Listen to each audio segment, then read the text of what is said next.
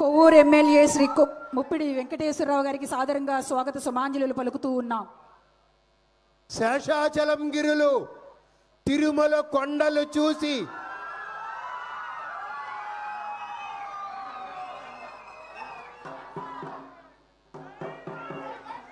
ఒక అద్భుతమైన శబ్దాన్ని ముఖ్యమంత్రి వర్యులు స్వయంగా అందిస్తున్న శుభ సందర్భం. శేషాచలం గిరులు తిరుమల కొండలు చూసి ఎదిగిన పెద్ద ఆయన కొండంత సేవ కోసం విచ్చేసి ఉన్నారు. రక్తం పంచిన కొడుకుని మించి పెద్ద కొడుకై సేవకు ఉద్యుక్తులై వస్తూ ఉన్నారు. వృద్ధుల, వికలాంగుల, వితంతువుల కన్నీళ్లను ఆనంద బాష్పాలుగా మార్చే సేవా మాంత్రికులు ఆయన.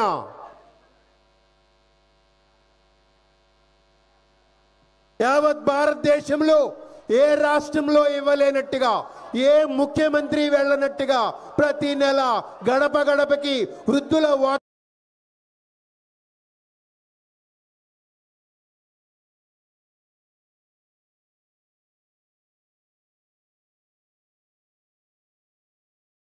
కిళ్ళకి, వికలాంగుల లోగిళ్ళకెళ్ళి వాళ్ళ కన్నీటి బాష్పాలను ఆనంద బాష్పాలుగా మారుస్తున్న సేవా మాంత్రికులు కరుణామయ ముఖ్యమంత్రి వర్యులకు ఈ ప్రజావేదిక స్వాగతం సుస్వాగతం తెలియజేస్తా ఉంది. ఉలి దెబ్బలు తిన్న శిల్పం ఆయన, కాల పరీక్షకు నిలబడ్డ హిమ చైతన్య శిఖరం ఆయన. Now I request honourable collector ma'am to welcome our chief minister sir.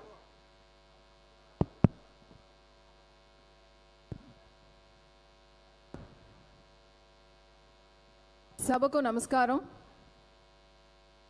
2047 నాటికి రాష్ట్రాన్ని స్వర్ణాంధ్రప్రదేశ్గా తీర్చిదిద్దే లక్ష్యంతో రూపొందించిన 10 సూత్రాల విజన్ ప్రణాళికలో 10 సూత్రాల్లో పేదరిక నిర్మూలనకు ప్రథమ స్థానం కల్పించడం జరిగింది. దానిలో భాగంగా దేశంలో ఎక్కడా లేని విధంగా ఆంధ్రప్రదేశ్ రాష్ట్రంలో అత్యధిక సంఖ్యలో పింఛనుదారులకి అధిక మొత్తంలో పెంపుదల చేసి ఎన్టీఆర్ భరోసా పింఛను పంపిణీ చేస్తున్న సందర్భంగా ఈ నెలలో జరుగు పింఛన్ పంపిణీ కార్యక్రమం కొరకు మలకపల్లి గ్రామానికి విచ్చేసిన మన గౌరవ ముఖ్యమంత్రి వర్యులు శ్రీ నారా చంద్రబాబు నాయుడు గారికి మన గ్రామం తరపున, జిల్లా తరపున సాదర సత్కారంతో స్వాగతం పలుకుతున్నాం.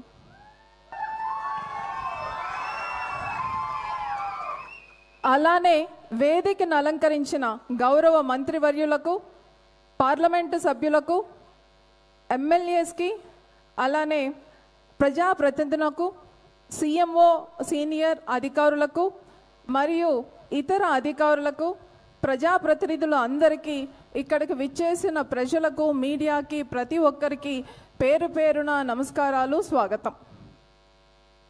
రాష్ట్రంలో 62,81,768 వివిధ రకాల పింఛనుదారులకు 2,711 కోట్ల రూపాయల పెన్షను జమ చేయడం జరుగుతుంది.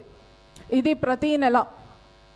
అందున తూర్పుగోదావరి జిల్లాలో 2,35,841 పింఛనుదారులకు 102,34 కోట్ల రూపాయలు ప్రతి నెల చెల్లించుతూ వస్తున్నాం.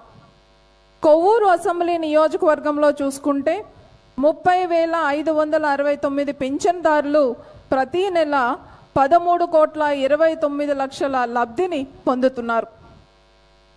తాళ్ళపూడి మండలంలో అయితే 7,653 పెన్షన్దారులు 3,30,25,000 రూపాయల లబ్ధిని ప్రతి నెల పొందుతున్నారు. అలాగే మన గ్రామం మలకపల్లిలో అయితే 783 పెన్షన్దారులు 33.12 లక్షల రూపాయలు ప్రతి నెల వాళ్ళ ఇంటికే సెక్రటేరియట్ స్టాఫ్ ద్వారా అందజేయడం జరుగుతుంది.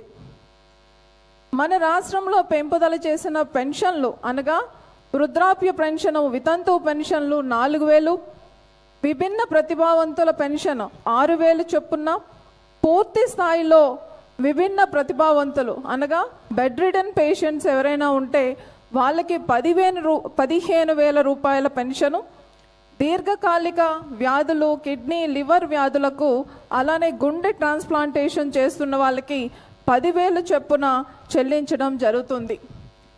ఇలాంటి ఆర్థిక సాయం ఏ రాష్ట్రంలో ఎన్నడూ జరగలేదు, ఇక ముందు కూడా జరగదు అని చెప్పడంలో అతిశయోక్తి ఉండదు. సమాజంలో ఉన్నత స్థితిలో ఉన్న 10% మంది ధనికులు, అట్టడుగున ఉన్న 20% మంది పేదలకు మార్గనిర్దేశం చేసి వారి అభివృద్ధికి తోడ్పాటు అందించి బంగారు కుటుంబాలుగా తీర్చిదిద్దేలా వినూత్నమైన P4 పథకం రూపొందించి అమలు చేయడం జరుగుతుంది. ఇది మన గౌరవ ముఖ్యమంత్రి గారి బ్రెయిన్ చైల్డ్. దీనిలో భాగంగా జిల్లాలో 60,475 బంగారు కుటుంబాలని గుర్తించడం జరిగింది. వారికి మార్గదర్శకుల్ని గుర్తించి వారి ద్వారా వారి జీవితానికి బంగారు భవిష్యత్తు వేసే కార్యక్రమం జరుగుతుంది. ఈ సందర్భంగా మలకపల్లి గ్రామంలో కూడా మనం బంగారు కుటుంబాలని గుర్తించాం. వారిని అడాప్ట్ చేసుకోవడానికి ముందుకు వచ్చే మార్గదర్శకులను కూడా గుర్తించడం జరిగింది. ఇంతకు ముందే సార్ ద్వారా పెన్షన్ తీసుకున్న పోసిబాబు కుటుంబాన్ని నేను కూడా అడాప్ట్ చేసుకోవడం జరిగింది. పేదల కోసం పనిచేయడం అనేది ధర్మం మాత్రమే కాదు, మన కర్తవ్యం అని ఆనాడు డాక్టర్ బిఆర్ అంబేద్కర్ గారు చెప్పిన మాటలను నిజం చేస్తూ ఒక మంచి కార్యక్రమం రూపొందించడమే కాకుండా, అభివృద్ధి అనేది ఏ ఒక్క వ్యక్తి పని కాదు, అందరి బాధ్యత. ప్రజల కోసం పని చేయడమే నిజమైన పరిపాలన, అది కూడా ప్రజలతో పాటుగా అని అలా చేసి నిరూపిస్తూ ఈ మంచి కార్యక్రమంలో మనందరినీ భాగస్వామ్యాలు చేసిన గౌరవ ముఖ్యమంత్రి గారికి మరొక్కసారి ధన్యవాదాలు తెలియజేస్తూ ఈ అవకాశాన్ని ఇచ్చిన పెద్దలందరికీ కూడా ధన్యవాదాలు, నమస్కారాలు. Thank you.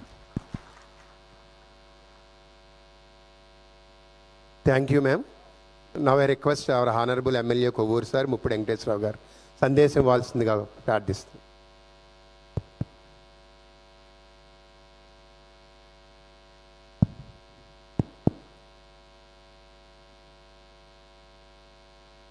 ఎన్డీఏ కూటమి అధికారంలోకి వచ్చిన తర్వాత ఆనాడు ఎన్డీఏ కూటమి తరపున గౌరవ ముఖ్యమంత్రి చంద్రబాబు నాయుడు గారు ఏదైతే ఎన్నికల మేనిఫెస్టోలో పెట్టినటువంటి అంశాలు ఏవైతే ఉన్నాయో అన్నిటినీ కూడా అంచెలంచెలుగా అమలు చేస్తూ, అందులో భాగంగా రాష్ట్ర వ్యాప్తంగా కూడా గతంలో కూడా మీ అందరికీ కూడా తెలుసు, పెన్షను 200 రూపాయల నుంచి 2,000 రూపాయలు చేసిన ఘనత కూడా ఆనాడు చంద్రబాబు నాయుడు గారు 14-19 ముఖ్యమంత్రిగా ఉన్నప్పుడు చేసిన పరిస్థితి ఉంది.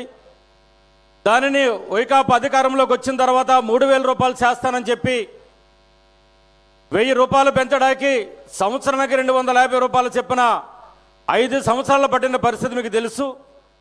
కానీ తిరిగి మళ్ళీ ఎన్డీఏ కూటమి అధికారం రాకముందు ఎన్నికల మేనిఫెస్టోలో అధికారంలోకి వస్తే కనుక 4,000 రూపాయలు పెన్షన్ చేస్తానని చెప్పానని ఆనాడు గౌరవ ముఖ్యమంత్రి చంద్రబాబు నాయుడు గారు ఏదైతే చెప్పారో దానిని వెంటనే అధికారంలోకి రాగానే మొట్టమొదటిసారిగా 3,000 రూపాయల పెన్షన్ని 4,000 రూపాయలు చేసిన ఘనత దక్కినటువంటి శ్రీ నందమూరి మొదటిసారిగా ఎన్టీ రామారావు గారు పెట్టినటువంటి దానిని గౌరవ ముఖ్యమంత్రి చంద్రబాబు నాయుడు గారి వాళ్ళ దాన్ని 4,000 రూపాయలు తీసుకొస్తూ ప్రతి నెల కూడా ఒక్కొక్క నియోజకవర్గానికి వెళ్ళి అక్కడ ఉన్నటువంటి ప్రజా సమస్యలన్నింటినీ కూడా తెలుసుకుంటూ ఆ యొక్క పెన్షన్ పంచేటువంటి కార్యక్రమంలో స్వయంగా ప్రజాప్రతినిధులు, ఎమ్మెల్యేలు, ఎంపీలని కూడా భాగస్వాములు చేస్తూ ఆయన కూడా ఈ వయసులో కూడా ఇంత వర్షం కురుస్తున్నప్పటికీ కూడా ఒక్కొక్క నియోజకవర్గానికి ఒక మంత పెట్టుకునే రోజు కొవ్వూరు నియోజకవర్గం ఇచ్చేసినటువంటి ఇంత వర్షంలో కూడా ఇచ్చేసినటువంటి గౌరవ ముఖ్యమంత్రి చంద్రబాబు నాయుడు గారికి కొవ్వూరు నియోజకవర్గం తరపున స్వాగతం పలుకుతా ఉన్నాం.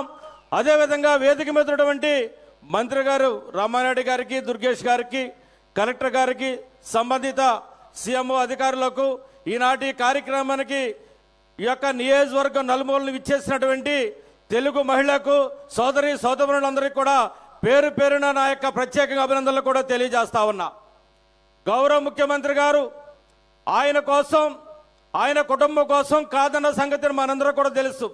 ఆయన ఒకటే తప్పిస్తా ఉన్నారు, ఈ రాష్ట్రం కోసం, ఈ రాష్ట్ర ప్రగతి కోసం, సంక్షేమ అభివృద్ధి కోసం, ఈ రాష్ట్రాన్ని దేశంలోనే మొదటి రాష్ట్రంగా చూడాలని చెప్పని తలంపుతోటి ఆనాడు విజన్ 2020 కూడా పెట్టి ఆనాడు హైదరాబాద్లో ఉన్నటువంటి సైబరాబాద్ నిర్మాణం చేసి లక్షలాది మంది వాళ్ళ ఉద్యోగాలు చేస్తున్న పరిస్థితి కల్పించిన ఘనత మన చంద్రబాబు నాయుడు గారిదని చెప్పని కూడా ఈ సందర్భంగా మీకు తెలియజేస్తా ఉన్నా. అంతేకాదు ఇవాళ గ్రామీణ ప్రాంతాల్లో వ్యవసాయం చేసుకున్నటువంటి రైతులకు కూడా ప్రతి ఒక్కరు కూడా వ్యవసాయం చేయాలంటే ఎరువులు కానీ విత్తనాలు కానీ ఏవైతున్నాయో సరఫరా చేసి రైతులకు కావలసినటువంటి అన్ని రకాల వ్యవసాయ పనిముట్లు కూడా ఇచ్చి ఇవాళ రైతాంగాన్ని కూడా ప్రోత్సహించి ఇవాళ గ్రామీణ ప్రాంతాల్లో ఇవాళ వ్యవసాయం చేసుకునే విధంగా రైతులు ఇవాళ బ్రహ్మాండంగా కూడా వ్యవసాయం చేసుకోగలుగుని అధిక దిగుబడులు తెచ్చుకుని లాభాలు ఆర్జిస్తున్నారంటే అది ఒక చంద్రబాబు నాయుడు గారి ఘనత అని చెప్పని కూడా ఈ సందర్భంగా మీకు తెలియజేస్తా ఉన్నా. ఇక్కడున్న మన ప్రాంతం అంతా కూడా ప్యాడీ, మీ అందరికీ కూడా తెలుసు. గడిచినటువంటి ప్రభుత్వం మన దగ్గర ధాన్యం కొనుగోలు చేసి 5-6 నెలలప్పటికీ కూడా ఎక్కడా కూడా డబ్బులు రాని పరిస్థితి, చిల్లులు పడిపోయినటువంటి సంచులు ఇవ్వటం, ఈ మండలం ఉన్నటువంటిది వేరే మండలం ఉన్నటువంటి ఈ మండలానికి ధాన్యాన్ని పంపించి ఇష్టం వచ్చినట్టు రైస్ మిల్లులు ఏవైతున్నాయో రైతులు వాళ్ళు గుర్తించుకొని వాళ్ళు ఇష్టం వచ్చిన రైస్ మిల్లు పంపించకుండా వాళ్ళు కేటాయించి రైతులు ఈ విధంగా పెట్టారో మీరందరికీ కూడా తెలుసు.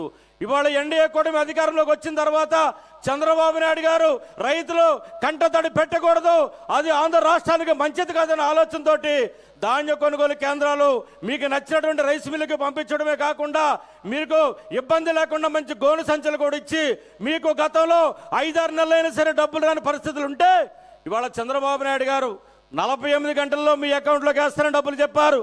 కానీ అది 24 గంటలకు వేశారు. 24 గంటల నుంచి తిరిగి 5 గంటల్లోనే రైతు సోదరులందరి అకౌంట్లో కూడా పడ్డాయన్న సంగతి కూడా ఈసారి మీకు తెలియజేస్తా ఉన్నా. అటు ఉద్యోగస్తుల విషయంలో కాదు, ఇటు వ్యవసాయదారుల విషయంలో కూడా. అంతేకాదు 2024 జూలైలో అధిక వర్షాలతోటి పంటలు నష్టపోతే, వరి కానీ మొక్కజొన్న కానీ సంబంధించిన పంట నష్టపోతే మన నియోజకవర్గంలో కూడా 1400 రైతులకి ఇవాళ 1,52,43,000 రూపాయలు నిన్న మొన్నటిలోనే కూడా మీ అకౌంట్లో జమ అని చెప్పని కూడా ఈ సందర్భంగా మీకు తెలియజేస్తా ఉన్నాను. అంతేకాకుండా ఇక్కడ మహిళలు అధిక శాతం ఉన్నారు. గతంలో మీరు ఇంటికే పరిమితం అయిపోయి ఇళ్లలో ఉండి వంటలు చేయటం, పిల్లలు కనేటువంటి ఒక యంత్రంగా ఉంటాం, పురుషులతో పాటు బయటికి రాకుండా ఇంటికే పరిమితం మీకు డ్వాక్రా సంఘాల నిర్మాణం చేసి ఇవాళ మీరు ఆర్థికంగా మీ కాళ్ళ మీద నిలబడి చేసేటువంటి తీసుకొచ్చిన పరిస్థితి శ్రీ నారా చంద్రబాబు నాయుడు గారు చేశారన్న సంగతి కూడా ఈ సందర్భంగా మీకు తెలియజేస్తా ఉన్నా. ఆనాడు గ్యాస్ కనెక్షన్స్ లేక ఎవరికో పెద్దవాళ్ళ కుటుంబంలో మాత్రమే గ్యాస్ కనెక్షన్స్ ఉండేవి. కానీ వాళ్ళ చంద్రబాబు నాయుడు గారు మహిళలు కంటతడి పెట్టకూడదని చెప్పని దీపం పథకం ద్వారాగా ప్రతి ఇంటికి కూడా గ్యాస్ కనెక్షన్ ఇచ్చిన సంగతి కూడా చంద్రబాబు నాయుడు గారు చేశారని చెప్పని కూడా ఈ సందర్భంగా మీకు తెలియజేస్తా ఉన్నా. తిరిగి మళ్ళీ వాళ్ళు ఎన్డీఏ కూటమిలోకి రాగానే మీకు సంవత్సరానికి 3 గ్యాస్ సిలిండర్లు ఇస్తానని చెప్పని ఏదైతే గౌరవ ముఖ్యమంత్రి గారు చెప్పారో అది వెంటనే గ్యాస్ సిలిండర్ కూడా ఇచ్చారని సంగతి కూడా ఈ సందర్భంగా తెలియజేస్తా ఉన్నా. అంతేకాదు ఇవాళ మధ్యతరగతి కుటుంబంలో ఉన్నటువంటి పిల్లలు కానీ పేదవర్గ పిల్లలు కానీ చదువుకునే పిల్లలకి అండగా ఉండాలని చెప్పిన ఆలోచనతోటి ఎన్నికల ముందు ఏదైతే తల్లికి వందనం ఇస్తానని చెప్పారో దానిని ఈ మధ్యనే కూడా అమలు చేశారని కూడా చెప్తా ఉన్నా. గతంలో జగన్మోహన్ రెడ్డి నా ఎస్సీలు నా బీసీలు అని చెప్పి ఎస్సీలు బీసీలను కూడా మోసం చేసి ఎన్నికల ముందు ఇద్దరికి ఇస్తానని చెప్పని తల్లికి వందనం ఏదైతే అప్పుడు అమ్మఒడిగా పేరు పెట్టినటువంటిది ఇద్దరికి ఇస్తానని చెప్పి అధికారంలోకి రాగానే ఒకరికి ఇచ్చిన సంగతి కూడా మీరందరూ కూడా గుర్తించుకోవాలని కూడా తెలియజేస్తా ఉన్నా. మన ముఖ్యమంత్రి గారు ఇచ్చిన మాట తప్పకుండా ఏదైతే ఎన్నికల ముందు ఇచ్చినటువంటి మాట ఉందో మీ కుటుంబంలో ఎంతమంది అయితే 1వ తరగతి నుంచి 12వ తరగతి వరకు చదువుకునే పిల్లలు ఎంతమంది ఉంటే కనుక వాళ్ళందరికీ కూడా నేను తల్లికి వందనం ఇస్తానని చెప్పని ఎన్నికల ముందు ఏదైతే మాట ఇచ్చారో ఆ మాట ప్రకారంగా మొన్ననే మీ అందరి ఖాతాలో కూడా జమ చేశారన్న సంగతి కూడా ఈ సందర్భంగా మీకు తెలియజేస్తా ఉన్నా. ఇచ్చిన మాట తప్పకుండా ప్రజల కోసం ఆంధ్ర రాష్ట్రం కోసం తప్పించేటువంటి ముఖ్యమంత్రి మన చంద్రబాబు నాయుడు గారని చెప్పని కూడా ఈ సందర్భంగా తెలియజేస్తా ఉన్నాను. ఎందుచేతనంటే ఆయన గత ప్రభుత్వంలో అక్రమంగా కేసులు పెట్టి జైలుకి పంపించిన పరిస్థితుల్లో ఈ దేశంలోనే కాదు ప్రపంచంలో కూడా ఒక రాష్ట్రంలో ముఖ్యమంత్రిగా పనిచేసిన వ్యక్తి జైలుకి వెళితే ఇంత స్పందన కూడా ఎక్కడ లేదు. కానీ గౌరవ ముఖ్యమంత్రి చంద్రబాబు నాయుడు గారిని అక్రమ కేసు పెట్టి జైలు పాలు చేస్తే ఈ ప్రపంచంలో ఉన్నటువంటి దాదాపుగా 150 దేశాల్లో ఉన్నటువంటి అందరూ కూడా ఇవాళ నిరసన తెలియజేసి అక్రమ అరెస్టు చంద్రబాబు నాయుడు గారిదని రోడ్ల మీదకి వచ్చి ఆందోళన చేశారంటే అది చంద్రబాబు నాయుడు గారి యొక్క గొప్పతనం, ఆయన యొక్క ఈ రాష్ట్రం కోసం చేసేటువంటి ముందు చూపని చెప్పని కూడా ఈ సందర్భంగా తెలియజేస్తా ఉన్నా. అందులో నేను కూడా ఉన్నా. ఒక సామాన్య కార్యకర్తగా నేను చదువుకుని చంద్రబాబు గారి నాయుడు యొక్క 2020 విజన్ చూసి ఆయన సైన్యంలో నేను కూడా ఒక సైనికుడు కావాలని చెప్పిన తలపుతోటి తెలుగుదేశం పార్టీలో ఓ కార్యకర్తగా పనిచేస్తుంటుంటే నాకు 2014లో గౌరవ ముఖ్యమంత్రి గారు గోపాలపురం ఎమ్మెల్యే టికెట్ కేటాయించడం జరిగింది. అక్కడ ఎమ్మెల్యేగా పనిచేసిన తర్వాత 2019లో కూడా తిరిగి మళ్ళీ అదే నియోజకవర్గాన్ని కూడా నాకు ఎమ్మెల్యే టికెట్ ఇచ్చిన ఘనత కూడా చంద్రబాబు గారు చేశారు. తిరిగి కొన్ని పరిస్థితుల వల్ల తిరిగి మళ్ళీ కొవ్వూరు నియోజకవర్గానికి నేను డైరెక్ట్గా వచ్చి నామినేషన్ అవకాశం గౌరవ ముఖ్యమంత్రి చంద్రబాబు నాయుడుకి ఇచ్చారు. మీ అందరి ఆదరాభిమానాలతోటి గతంలో ఎక్కడ రానటువంటి గతంలో కృష్ణబాబు గారికి వచ్చిన తర్వాత రెండోసారి అత్యధిక ఓట్లు ఇచ్చినటువంటి కొవ్వూరు నియోజకవర్గాల ప్రజలకు కూడా మీ అందరికీ కూడా నేను రుణపడిపోయి ఉంటానని చెప్పని కూడా ఈ సందర్భంగా తెలియజేస్తున్నా. ఈ విధంగా నాకు అవకాశాలు కల్పించినటువంటి చంద్రబాబు నాయుడు గారికి జీవితాంతం కూడా నేను రుణపడిపోయి ఉంటానని చెప్పని కూడా ఈ సందర్భంగా తెలియజేస్తా ఉన్నా. ఒక సామాన్య కార్యకర్తగా ఉన్నటువంటి నాకు 3 సార్లు అవకాశం కల్పించి ఎమ్మెల్యేకి అవకాశం కల్పించినటువంటి బాబు గారి ఆయన యొక్క ఏ ఉద్దేశంతో అయితే నాకు టికెట్ ఇచ్చారో దాన్ని ఒమ్ము కాకుండా ఈ ప్రజలకి చంద్రబాబు నాయుడు గారికి కూడా నిరంతరం ఒక ఎమ్మెల్యే కాకుండా ఈ నియోజకవర్గానికి ఒక సేవకుడిగా కూడా నేను పనిచేస్తానని చెప్పని కూడా మీ అందరికీ కూడా చంద్రబాబు గారి సమక్షంలో పనిచేస్తా ఉన్నా. జీవితాంతం కూడా చంద్రబాబు గారు నాకు ఇచ్చినటువంటి అవకాశానికి సార్ దగ్గర నేను ఏమి చేసుకున్నా కానీ ఆ రుణం తీర్చుకోవాలని చెప్పని కూడా ఈ సందర్భంగా మీకు తెలుస్తూ ప్రత్యేకంగా కూడా అభినందనలు కూడా తెలియజేస్తా ఉన్నానని చెప్పని కూడా ఈ సందర్భంగా తెలియజేస్తా ఉన్నా. ఇదే సందర్భంగా మన నియోజకవర్గం ఉన్నటువంటి కొన్ని 2-3 విషయాలు కూడా సార్ దృష్టిలో పెట్టాలని చెప్పని అనుకుంటా ఉన్నా. అయ్యా మాది కొవ్వూరు నియోజకవర్గం రెవెన్యూ డివిజన్ హెడ్ క్వార్టర్, ఇటు పోలవరం నియోజకవర్గం కానీ గోపాలపురం నియోజకవర్గం కానీ ఇటు నిడదవోలు నియోజకవర్గం కానీ కొవ్వూరు నియోజకవర్గాలు ఈ 4 నియోజకవర్గాలకు సంబంధించినటువంటి ప్రజలందరూ కూడా ప్రభుత్వ హాస్పిటల్కి రావాలంటే రెవెన్యూ హెడ్ క్వార్టర్ అటువంటి కొవ్వూరు రావాలి. ప్రస్తుతానికి అది 50 పడకల హాస్పిటల్తో ఉంది సార్. దాన్ని 100 పడకల హాస్పిటల్ చేయాలని చెప్పని కూడా గతంలో మీకు నేను విన్నవించుకోవడం జరిగింది. ఇక్కడ పరిస్థితి ఏంటంటే ఇటు పోలవరం ఏలూరు జిల్లాలో ఉన్నప్పుడు కూడా కోతవేటులో మనకి 15 నుంచి 20 కిలోమీటర్ల దూరంలో ఉన్న పరిస్థితి ఉంది. ఈ ప్రాంతం వాళ్ళంతా కూడా రాజమండ్రి వెళ్ళాలంటే రాజమండ్రి ప్రభుత్వ హాస్పిటలే మెడికల్ కాలేజ్ చేసిన పరిస్థితి ఉంది. కాబట్టి ఇక్కడ అన్ని రకాల సౌకర్యాలు ఉన్నాయి, బిల్డింగ్ ఉంది, ఎక్విప్మెంట్ ఉంది, అన్నీ ఉన్నాయి. కాబట్టి దయచేసి ఇక్కడ గతంలో కలెక్టర్ గారి యొక్క సదస్సులో కూడా మన కలెక్టర్ గారు కూడా కొవ్వూరు నియోజకవర్గంలో కొవ్వూరు హెడ్ క్వార్టర్కి 150 పడకల హాస్పిటల్ చేయాలని చెప్పని కూడా తమరికి ప్రపోజల్ కూడా ఇవ్వడం జరిగింది సార్. కాబట్టి ఖచ్చితంగా ఈ ప్రాంతంలో 5 నియోజకవర్గాల ప్రజలకు కూడా 100 పడకల హాస్పిటల్ చేసినట్లయితే కనుక మధ్యతరగతి పేదవారందరూ కూడా ఇబ్బంది లేకుండా ఉంటారని చెప్పని దానిని మంజూరు చేయవలసిందిగా మీ అందరి తరఫున గౌరవ ముఖ్యమంత్రి గారిని కోరుతా ఉన్నా. అదేవిధంగా ఈ ప్రాంతంలో ఉన్నటువంటి రైతులందరూ కూడా వరి పండించుకునేటువంటి అవకాశాలు ఎక్కువ ఉన్నాయి ఈ ప్రాంతం అంతా కూడా. దానితోటి పూర్వం నుంచి కూడా తమరు ముఖ్యమంత్రిగా ఉన్నప్పుడు కాలంలో కూడా 5 ఎత్తుపోతలు పెట్టారు. అంతకుముందు మన ప్రభుత్వంలోనే తాడుపూడి ఎత్తుపోతలు పెట్టారు. రైతుల యొక్క పంటలు పండించుకోవడానికి ఇబ్బంది లేకుండా ఉండాలని చెప్పని ఎత్తుపోతల పథకాలు తీసుకొచ్చి పనిచేసిన పరిస్థితి ఉంది సార్. గడిచినటువంటి 5 సంవత్సరాల కాలంలో మాది రైతన్న రాజ్యం అని చెప్పుకున్నటువంటి జగన్మోహన్ రెడ్డి రైతుల గురించి కానీ ప్రజా సమస్యల గురించి కానీ ఎక్కడ కూడా పట్టించుకున్నటువంటి పరిస్థితి కూడా లేదు సార్. ఆ యొక్క ఎత్తుపోతల పథకాలు 5 కూడా మోటార్లు కానీ పంపులు కానీ రిపేర్లు వచ్చి ఇవాళ చాలా ఇబ్బందిగా ఉంది సార్. దయచేసి రైతుల కోసం ఆ యొక్క మోటార్స్ పంప్స్ రిపేర్ చేసేటువంటి విధంగా గతంలో మంత్రి గారు కూడా ఇక్కడ ఉన్న నిమ్మల రామారెడ్డి గారు ఆయన కూడా తెలియజేయడం జరిగింది. తమరు కూడా ఎప్రిడేస్ ఇవ్వడం జరిగింది సార్. ఆ యొక్క ఎత్తుపోతల పథకాన్ని కూడా రిపేర్లు చేపించి రైతులందరినీ కూడా ఆదుకోవాలని చెప్పని కూడా రైతులందరి తరఫున తమరు కోరుకుంటా ఉన్నారని చెప్పని తెలియజేసుకుంటా ఉన్నారు సార్. రెండోది 2027 సంవత్సరానికి మనకి ఇక్కడ పుష్కరాలు కూడా వస్తూ ఉన్నాయి. కొవ్వూరు పట్టణం లేదా కొవ్వూరు చుట్టుపక్కల ఉన్న గ్రామాలన్నీ కూడా గోదావరి పక్కన ఉన్నాయి, కానీ గోదావరి వాటర్ తాగడానికి మాకు అవకాశం లేదు సార్. బోరు వాటర్ తాగుతూ ఉన్నారు. దానితో కీళ్ల నొప్పులు, గ్యాస్ ప్రాబ్లమ్స్ వచ్చి అనేక వ్యాధులు వచ్చి వాళ్ళు ఇబ్బందులు పడుతున్న పరిస్థితి ఉంది. గోదావరి వాటర్ని డ్రింకింగ్ వాటర్గా తీసుకొచ్చి పంపింగ్ చేసి దాన్ని క్యూరిఫై చేసి గ్రామాల్లో ఉన్నటువంటి అందరూ కూడా పంపించినట్లయితే కనుక దయచేసి మంచినీరు, గోదావరి నీరు తాగడానికి అవకాశం మా నియోజకవర్గానికి కూడా మీ ద్వారాగా కల్పించాలని చెప్పని కూడా గౌరవ ముఖ్యమంత్రి గారిని కోరుకోవడం జరుగుతుంది సార్. అదేవిధంగా ఏదైతే డిగ్రీ కాలేజీ పేద విద్యార్థులు చదువుకుంటున్నటువంటి పరిస్థితి ఉందంటే ప్రభుత్వ డిగ్రీ కాలేజీ పూర్వం నుంచి కూడా ఉన్నటువంటి జూనియర్ కాలేజీతో పాటు డిగ్రీ కాలేజీ కూడా మంజూరైంది సార్. తాత్కాలికంగా బిల్డింగ్స్ లేక ఇంటర్మీడియట్ ఉన్నటువంటి జూనియర్ కాలేజీలో తరగతి నిర్వహిస్తున్న పరిస్థితి ఉంది కాబట్టి ఆ యొక్క డిగ్రీ కాలేజీ కూడా తమరి ఆధ్వర్యంలో జరిగింది. ఎందుకంటే పేదవాళ్ళ విద్య కానీ పేదవారికి ముందు చూపు కానీ తర్వాత తెలుసు కాబట్టి తమరు దయచేసి ఆ డిగ్రీ కాలేజీకి సంబంధించినటువంటి నిర్మాణం చేయడానికి సగం వసతులు కల్పించినట్లయితే ఇక్కడ ఉన్నటువంటి మధ్యతరగతి పేద విద్యార్థులందరూ కూడా చదువుకుంటారని చెప్పని కూడా ఈ సందర్భంగా మీకు తెలియజేస్తా ఉన్నాను సార్. దానితో పాటు అతి ముఖ్యమైన విషయం, అంబేద్కర్ ఏదైతే బడుగు బలహీన వర్గాలకు సంబంధించి ఏదైతే ఆలోచించారో వాళ్ళ యొక్క హక్కుల కోసం, రిజర్వేషన్స్ కోసం ఏదైతే ఆలోచించారో అదే విధానాన్ని ఇవాళ తెలుగుదేశం పార్టీ ముందుకు తీసుకెళ్తున్న దాంట్లోనూ మన చంద్రబాబు నాయుడు గారు తీసుకుని వెళ్ళటానికి ఎటువంటి సందేహము లేదని కూడా తెలియజేస్తా ఉన్నా. తరతరాలుగా ఎవరైతే ఎస్సీలు ఉన్నటువంటి దాదాపుగా 59 కులాలు ఎస్సీ కులాల్లో ఉంటే వారంతా కూడా ఎప్పటి నుంచో ఉద్యమాలు చేస్తూ అన్నదమ్ముల్లో ఉన్నటువంటి ఆస్తిని సమానంగా పంచాలని చెప్పని ఏదైతే అనుకుంటామో అదేవిధంగా ఎస్సీకి ఉన్నటువంటి 15% రిజర్వేషన్స్ కూడా అన్నదమ్ములుగా ఉన్నటువంటి సామాజిక న్యాయం చేయాలని చెప్పని గౌరవ ముఖ్యమంత్రి గారిని కోరినప్పుడు గతంలో కూడా ఉమ్మడి రాష్ట్రంగా ఉన్నప్పుడు చంద్రబాబు నాయుడు గారు చేశారు. చాలా కుటుంబాలు దానివల్ల లబ్ధి పొందిన పరిస్థితి ఉంది.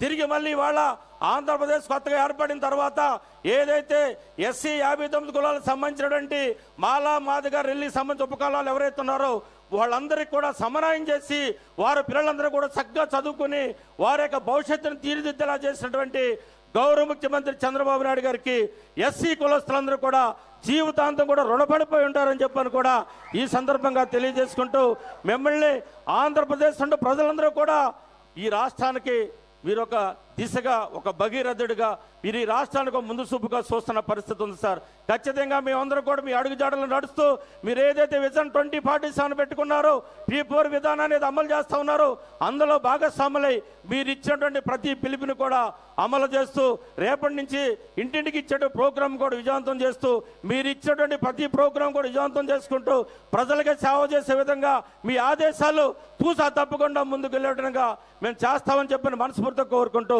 సెలవు తీసుకుంటా ఉన్నా. జై హింద్.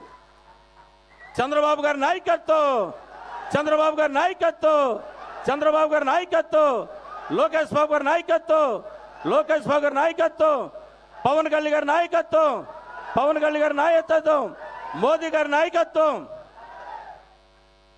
ధన్యవాదాలు సార్. మరి తదుపరి పంచాయతీ సెక్రటరీ వారిని తమ ఆర్థిక ప్రగతి నివేదికను అందించవలసిందిగా కోరుచున్నాం.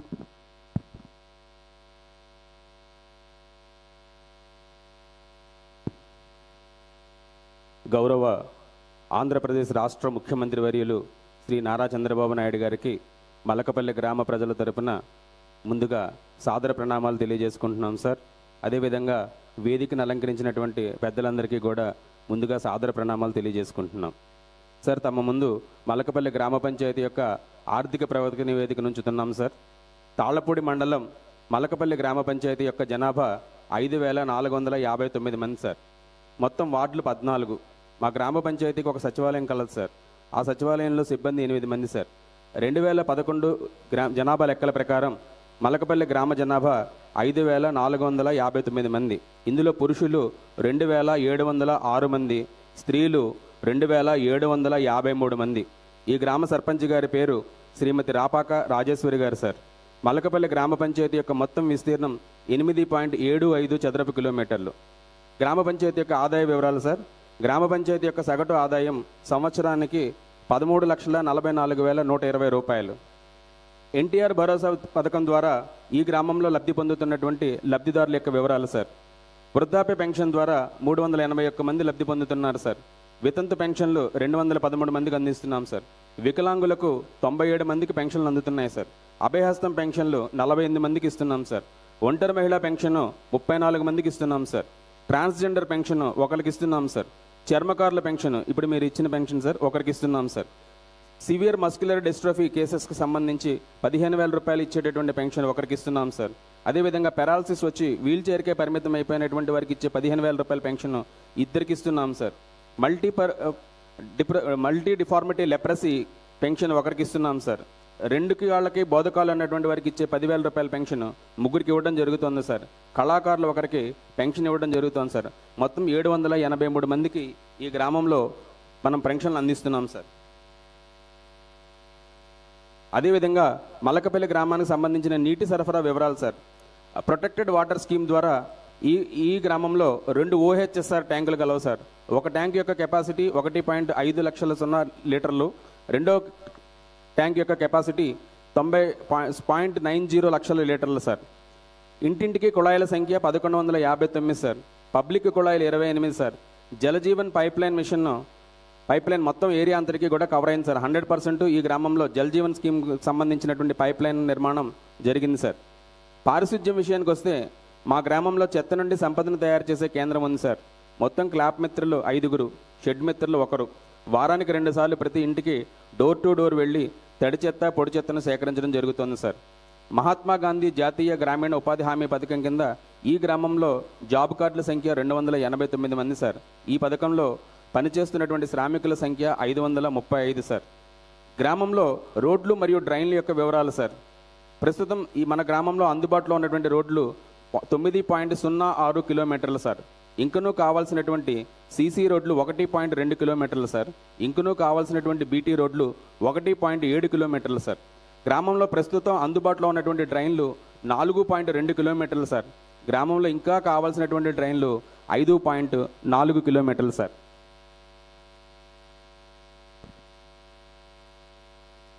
స్వయం సహాయక సంఘాల యొక్క వివరాలు సార్. గ్రామ సంఘాలు మొత్తం 4 ఉన్నాయి సార్. స్వయం సహాయక సంఘాలు 135 సార్. ఇందులో ఉన్నటువంటి సభ్యులు 1,350 మంది సార్. వీరికి బ్యాంక్ లింకేజ్ ద్వారా ఇచ్చినటువంటి అమౌంట్ సార్ 2024-25 సంవత్సరంలో 5,785 లక్షలు ఇవ్వడం జరిగింది సార్. 2025-26 ప్రస్తుత ఆర్థిక సంవత్సరంలో ప్రస్తుతానికి 20 లక్షలు అందించడం జరిగింది సార్. స్త్రీనిధి ద్వారా గత సంవత్సరం 2024-25లో 640 లక్షల రూపాయలు ఇవ్వడం జరిగింది సార్.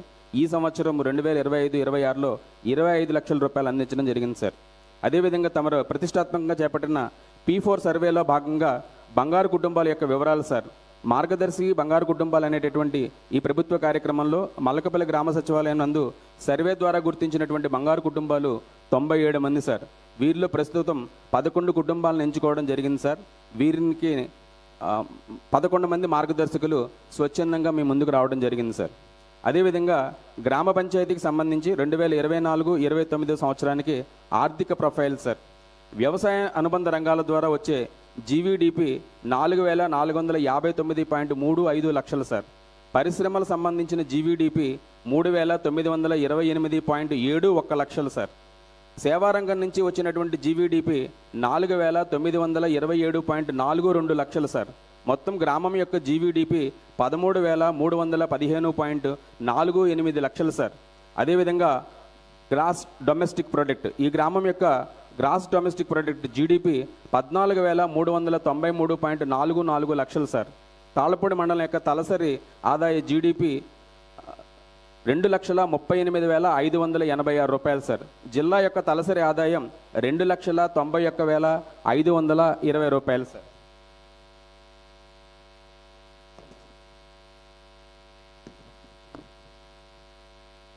మలకపల్లి గ్రామం యొక్క తలసరి ఆదాయం ప్రస్తుత ఆర్థిక సంవత్సరం 2024-25 సంవత్సరంలో 2,38,188 రూపాయలు సార్.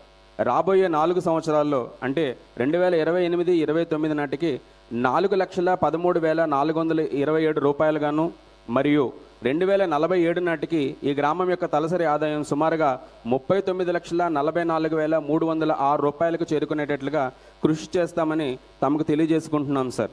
మా గ్రామం యొక్క జీవీడీపీ ప్రస్తుత ఆర్థిక సంవత్సరం 2024-25 నాటికి 133.15 కోట్లు సార్. దీన్ని 2028-29 సంవత్సరం నాటికి సుమారుగా 392.75 కోట్లుగాను 2047 నాటికి 4,611 కోట్లకు సాధించేటట్లుగా కృషి చేస్తామని సభాముఖంగా తమకు తెలియజేసుకుంటున్నాం సార్. ఈ అవకాశం ఇచ్చినందుకు మీకు ధన్యవాదాలు సార్. Thank you. పాదరసంతో పోటీ పడే ఆయన ఆలోచన చిరుతను గుర్తు చేసే ఆయన వేగం, ఒక్క ఉక్కు సంకల్పం, ఒక్క కార్య దీక్షా దక్షతతో ఆంధ్రను స్వర్ణాంధ్ర, నవ్యాంధ్ర, భవ్యాంధ్ర, యోగాంధ్ర, స్వర్ణాంధ్రను చేసే క్రమంలో అత్యంత వైభవోపేతంగా విభజన గాయాలని ప్రగతి గేయాలుగా మారుస్తున్న the tallest in personality, the brightest in thought, the fastest in action, the noblest in leadership. He is none other than the promoter of modern governance, the visionary and the pioneer of digital governance. Our ప్రీతమ ముఖ్యమంత్రి వర్యులు మలకపల్లి పులకరిస్తుండగా, పచ్చని పల్లి మలకపల్లి పులకరిస్తుండగా, మన గుండెల్లో ఆనందరాగం మోగుతుండగా ముఖ్యమంత్రి గారి సందేశం విందాం.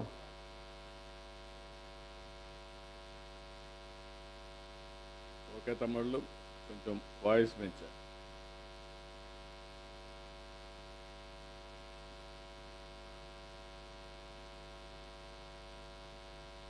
ఈరోజు నేను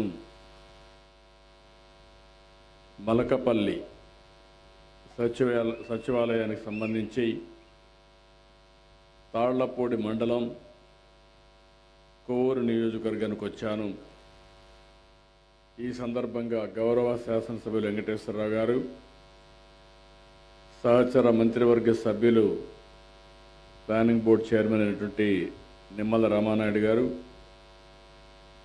ఈ జిల్లా మంత్రులైనటువంటి దుర్గేశం గారు, వేదిక పైనున్న కలెక్టర్ గారు, ఇక్కడ బంగారు కుటుంబాలు ఉన్నాయి, అదే సమయంలో మార్గదర్శులు ఉన్నారు, వారికి గ్రామస్తులందరికీ పేరు పేరున మనస్ఫూర్తిగా నమస్కారాలు, అభినందనలు, శుభాభినందనలు. ప్రతి నెల మొదటి తారీఖు వస్తే పేదల్ని గుర్తుపెట్టుకోవాలని చెప్పి అటు ప్రభుత్వ యంత్రాంగంలో ఉండే అందరూ కూడా, మంత్రులు, ఎమ్మెల్యేలు, ఎంపీలు, ఇంకొక పక్కన ఎన్డీఏకి సంబంధించిన కార్యకర్తలు, నాయకులు, ప్రభుత్వ యంత్రాంగాన్ని అందరినీ ఒకసారి పేదల్ని దర్శనం చేసుకునే కార్యక్రమానికి శ్రీకారం చుట్టాం. అదే పేదల సేవలో. నాకు తెలిసినంతవరకు ప్రపంచంలో ఎక్కడా ఇలాంటి కార్యక్రమం జరగలేదు. డబ్బులు ఇవ్వడమే కాదు, ఆ డబ్బులు ఇచ్చే సందర్భంలో మొదటి తారీఖు వచ్చిందంటే నిద్ర లేసిన వెంటనే ఎంత తొందరగా మీకు ఆ డబ్బులు ఇవ్వాలనో అంత చేరవేసే విధంగా ముందుకు పోతున్నాం. మొదటి తారీఖు అనగానే కళకళలాడుతున్నాయి గ్రామాలన్నీ. ఆనందంతో ప్రతి ఒక్కరు కూడా సంతోషంగా ఉన్నారు. దానికి కారణం ఈ పింఛన్లే ప్రధాన కారణం అని మరొక్కసారి మీ అందరికీ విజ్ఞప్తి చేస్తున్నా. ఇంకొక పక్క మొన్నటి వరకు మీరు చూస్తే ప్రభుత్వంలో అధికార యంత్రాంగానికి జీతాలు వచ్చేటివి కాదు, రిటైర్డ్ ఉద్యోగస్తులకి పింఛన్లు వచ్చేటివి కాదు. ఎప్పుడు వస్తాయో ఎవరికి తెలియదు. వాళ్ళంతా కూడా జీతాలపైనే ఆధారపడతారు. అలాంటి జీతాలు రాకపోతే ఎన్ని ఇబ్బందులు ఉంటాయో అక్కడి నుంచి చాలా ఇబ్బందులు పడే పరిస్థితి. నేను ఒకటే చెప్పాను ఆ రోజు, నేను కానీ మా మిత్రుడు పవన్ కళ్యాణ్ గారు కానీ ఇద్దరం ఒకే మాట చెప్పాం. ఈ రాష్ట్రాన్ని పునర్నిర్మాణం చేస్తాం, విధ్వంసం నుంచి వికాసం వైపు నడిపిస్తామని చాలా స్పష్టంగా మీ అందరికీ హామీ ఇచ్చాం. సుపరిపాలనలో తొలి అడుగు మొన్ననే 1 సంవత్సరం పూర్తి చేశాం. నా జీవితంలో చాలాసార్లు 4వసారి ముఖ్యమంత్రి పదవి నాకేం కొత్త కాదు. సమైక్య ఆంధ్రప్రదేశ్కి ఎవ్వరికి రాని అవకాశం 9 సంవత్సరాలు ముఖ్యమంత్రిగా చేశాను. అందరికంటే ఎక్కువ సమయం నేనే ముఖ్యమంత్రిని. 10 సంవత్సరాలు ప్రతిపక్ష నాయకుడిగా కూడా పనిచేశాను సమైక్య ఆంధ్రప్రదేశ్లో.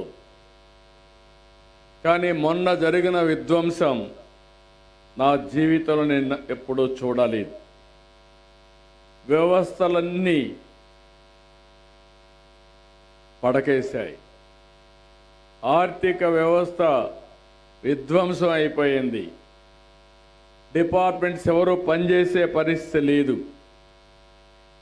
నాలాంటి వాడికి 1 సంవత్సరం పట్టింది. ఈ సంవత్సరంలో మీరు ఒకసారి చూస్తే నేను ఆ రోజు ఒకే మాట చెప్పాను, సంక్షేమాన్ని ఎక్కడా తక్కువ చెయ్యం, అభివృద్ధి కార్యక్రమాలకు కూడా నాంది పలుకుతాం. అభివృద్ధి లేకపోతే ఆదాయం పెరగదు, సంపద రాదు. అప్పులు చేస్తే తిరిగి అప్పులు కట్టలేక అప్పులు ఇచ్చేవాళ్ళు అప్పులు ఇవ్వరు, అదే మాదిరిగా రాష్ట్రం దివాలా తీసే పరిస్థితి వస్తుంది. ఇది ఒక సిద్ధాంతంగా నేను చెప్పాను. అభివృద్ధి చేస్తాను, సంపద సృష్టిస్తాం, ఆదాయాన్ని పెంచుతాం, వచ్చిన ఆదాయం పేదవాళ్ళ సంక్షేమానికి మళ్ళీ అభివృద్ధి ఖర్చు పెట్టి ఈ రాష్ట్రాన్ని బాగు చేసే బాధ్యత మేము తీసుకుంటామని చాలా స్పష్టంగా హామీ ఇచ్చాం. ఆ దిశగా ముందుకు పోతున్నాం. ఈరోజు మీరు చూడండి, ఈ యొక్క సంవత్సరంలో ఒక్క పెన్షన్లు మీరు చూస్తే ఎప్పుడు భారతదేశ చరిత్రలో ఎవ్వరు ఇవ్వలేదు, ఇప్పుడు కూడా లేదు. మన రాష్ట్రంలో మీరు చూస్తే 4,000 ఓల్డేజ్ పెన్షన్, 6,000 దివ్యాంగుల పింఛన్, 10,000 రూపాయలు లెప్రసీ వచ్చినా లేకపోతే డయాలసిస్ చేసుకుంటున్నా ఇబ్బందులను 10,000 ఇచ్చాం. కొంతమంది బెడ్కి పరిమితమై ఇంట్లో వాళ్ళ సేవలు చేస్తూ ఇబ్బందులు పడే వాళ్ళ పట్ల మానవతా దృక్పథంతో 15,000 రూపాయలు పింఛన్ ఇచ్చిన ఏకైక ప్రభుత్వం భారతదేశంలో ఈ ఎన్డీఏ ప్రభుత్వం అని చెప్పి కూడా నేను మీకు తెలియజేస్తున్నా. మనం 4,000 6,000 ఇస్తే హర్యానాలో 2,500 2,250 2,250 ఇచ్చే పరిస్థితికి వచ్చారు వికలాంగులకైతే. తెలంగాణ కూడా రాష్ట్రం రిచ్ రాష్ట్రమైనా వాళ్ళు ఇచ్చే పరిస్థితి. పెద్ద పెద్ద రాష్ట్రాలు ఆదాయం ఎక్కువ ఉన్నాయి, మనతో దరిదాపుల్లో కూడా లేని పరిస్థితి ఉంది. ఇంకో పక్క మీరు చూస్తే ఏ రాష్ట్రంలో కూడా ఇంత పెద్ద ఎత్తున పింఛన్లు ఇవ్వడంలా, జనాభా దామాషా ప్రకారం చూస్తే ఎక్కువ పింఛన్లు ఇస్తున్నాం. మనతో సమానంగా ఏ రాష్ట్రం కూడా చూస్తే దగ్గర 13%, అంటే 100కి 13 మంది ఏకైక రాష్ట్రం ఆంధ్రప్రదేశ్ రాష్ట్రం అని చెప్పి కూడా నేను మీకు తెలియజేస్తున్నా. ఇంకో పక్క నెలకు 2,750 కోట్ల రూపాయలు పింఛన్లు ఇస్తున్నాం. ఈ ఊర్లో కూడా చూస్తే ఈ జిల్లాలో 103 కోట్ల రూపాయలు నెలకు పింఛన్లు ఇస్తున్నాం. దీనివల్ల దగ్గర 33,000 కోట్ల రూపాయలు ఖర్చు అవుతా ఉంది. మన తర్వాత తెలంగాణలో 8,000 కోట్లు, కేరళలో 7,200 కోట్లు. ప్రజలు మీరు అర్థం చేసుకోవాల్సిన అవసరం ఉంది. ఇంత మునుపు మీరు ఒక్కసారి చూశారు, 5 సంవత్సరాలు తీసుకున్నారు, పెంచుతూనే పోతానని చెప్పి 200 రూపాయలు పెంచేవాళ్ళు. నేను ఒక మాట చెప్పాను మీ అందరికీ, ఏప్రిల్ నుంచి పింఛన్లు పెంచి ఇస్తానని చెప్పి గడిచిన కాలానికి కూడా పింఛన్లు ఇచ్చిన ఏకైక ప్రభుత్వం ఎన్డీఏ ప్రభుత్వం అని చెప్పి కూడా నేను మీకు తెలియజేస్తున్నా. ఇలాంటివన్నీ చేస్తున్నాయి. సంక్షేమ కార్యక్రమాలకు నాంది పలికాం. నేను ఆ రోజు ఒకే మాట చెప్పాను, సూపర్ 6 అన్నాం, అవన్నిటి కూడా కట్టుబడి ఉన్నాం. అన్నా క్యాంటీన్లు మళ్ళీ ప్రారంభించాం. 203 అన్నా క్యాంటీన్లు ఇస్తున్నాం. మా ఆడబిడ్డలకి నేనే దీపం పెట్టాను, వంట గ్యాస్ ఇచ్చాను. నా తల్లి కష్టాలు పడింది, అలాంటి కష్టాలు నా ఆడబిడ్డలకు రాకూడదని దేశంలోనే మొట్టమొదటిసారిగా వంట గ్యాస్ ఇచ్చిన పార్టీ, సిలిండర్లు ఇచ్చిన పార్టీ తెలుగుదేశం పార్టీ. ఆ రోజు అది గుర్తుపెట్టుకొని ఇటీవల కాలంలో ధరలు పెరిగాయి, వంట గ్యాస్ వాడడం మానేశారు.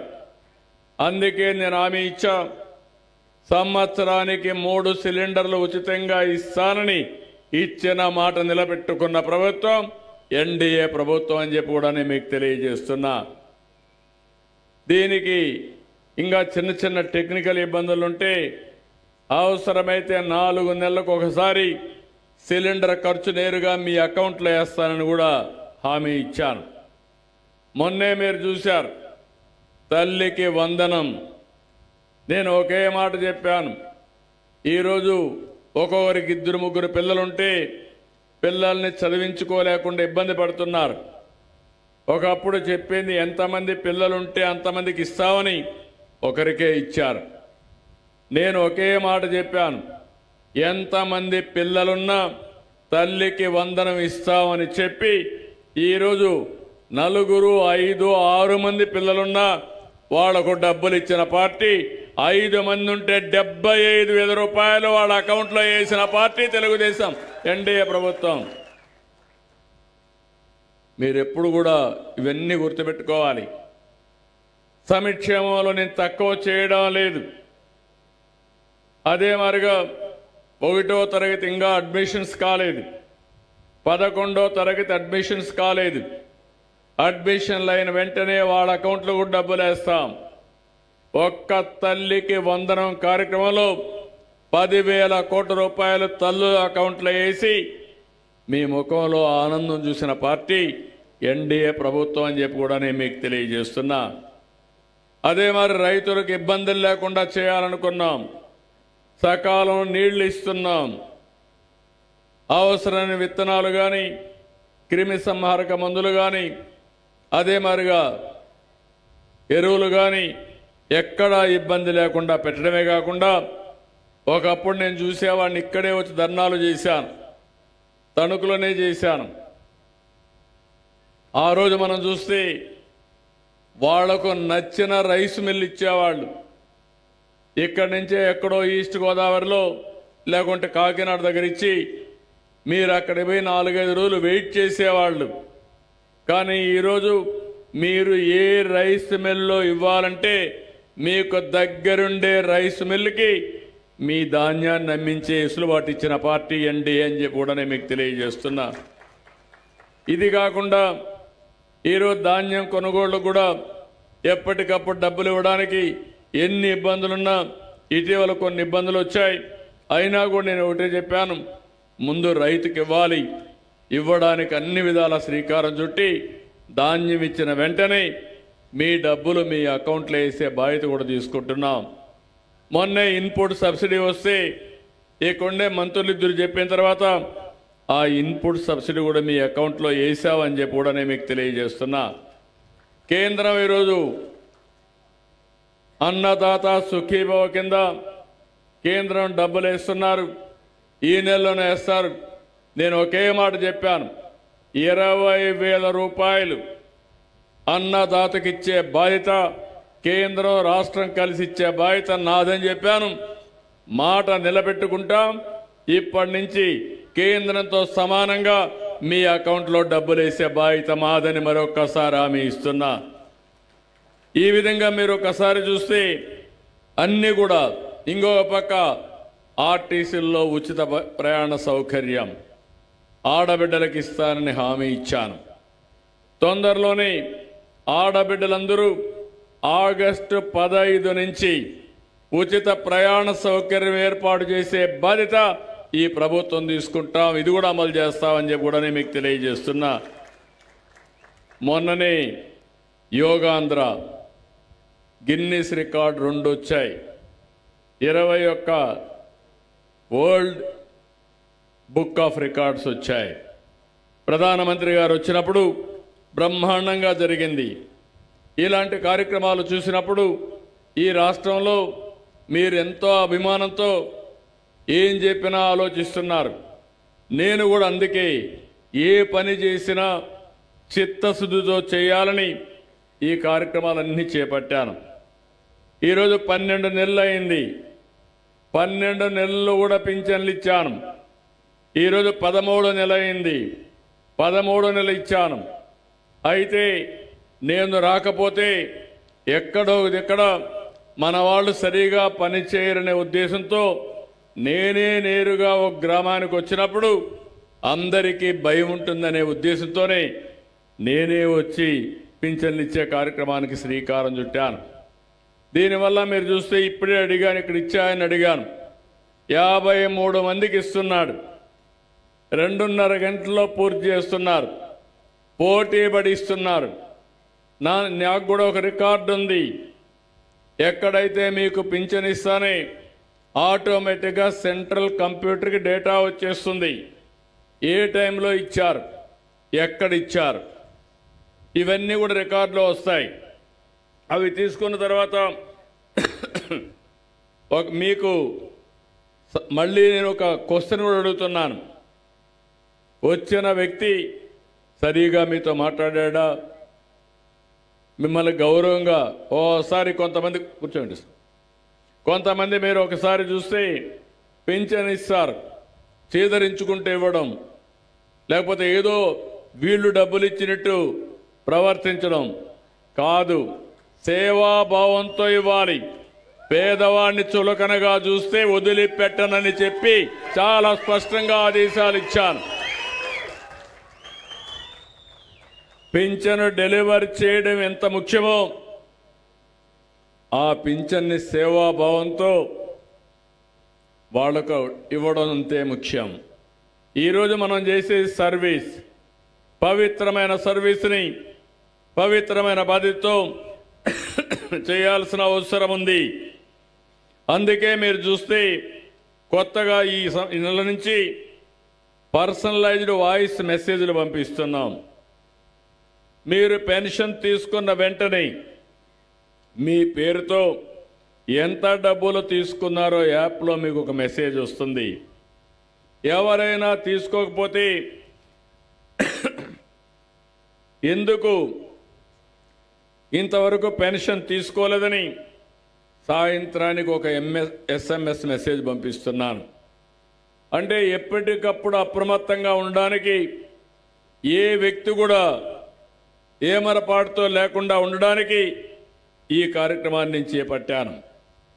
ఇంకొక పక్క ఒకప్పుడు మీరు చూస్తే ఎవరైనా భర్త చనిపోతే వితంతువుకు పింఛన్ ఇచ్చేవారు కాదు.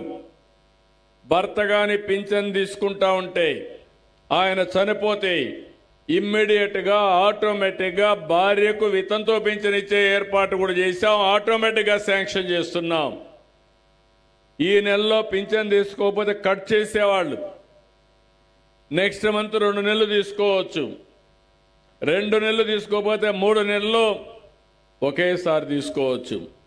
ఈరోజు మీరు ఒకసారి చూస్తే 2 నెలలు పింఛన్లు తీసుకుని వాళ్ళు 1,20,461 మంది ఉన్నారు.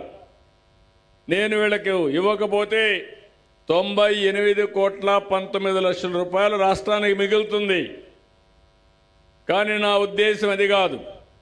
ఏదో కారణం వల్ల ఆ నెల తీసుకోకపోతే ఎగ్గొట్టడం కాదు, తిరిగి వాళ్ళకి ఇవ్వాలి. సేవాభావంతో 2 నెలలకు ఇస్తున్నామని చెప్పి కూడా నేను మీకు తెలియజేస్తున్నా. 3 నెలల్లో తీసుకున్న వాళ్ళైతే 9,633 మంది ఎలిజిబుల్ ఉన్నారు. ఇది ఒక 12 కోట్లు. ఈ 2 చూస్తే నెలకు ప్రతి ఒక్క నెలలో అదనంగా 110 కోట్ల రూపాయలైనా ఈ పేదవాళ్లకు న్యాయం జరగాలనే ఉద్దేశంతోనే ఈ కార్యక్రమానికి కూడా శ్రీకారం చుట్టాం. ఇప్పుడే నేను చెప్పాను, ఈ జిల్లాలో 103 కోట్ల రూపాయలు ఖర్చు పెడుతున్నాం. ఈ మండలం 3,30,00,000 ఖర్చు పెడుతున్నాం.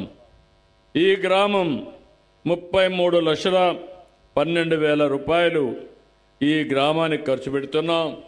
783 మందికి పింఛన్లు ఇస్తున్నాం. నేను ఒకటే హామీ ఇస్తున్నాం, నేను ఈరోజు కష్టపడేది పేదవాళ్ళ కోసం కష్టపడుతున్నాను. మీ జీవితాల్లో వెలుగు చూడాలని నా ఆలోచన.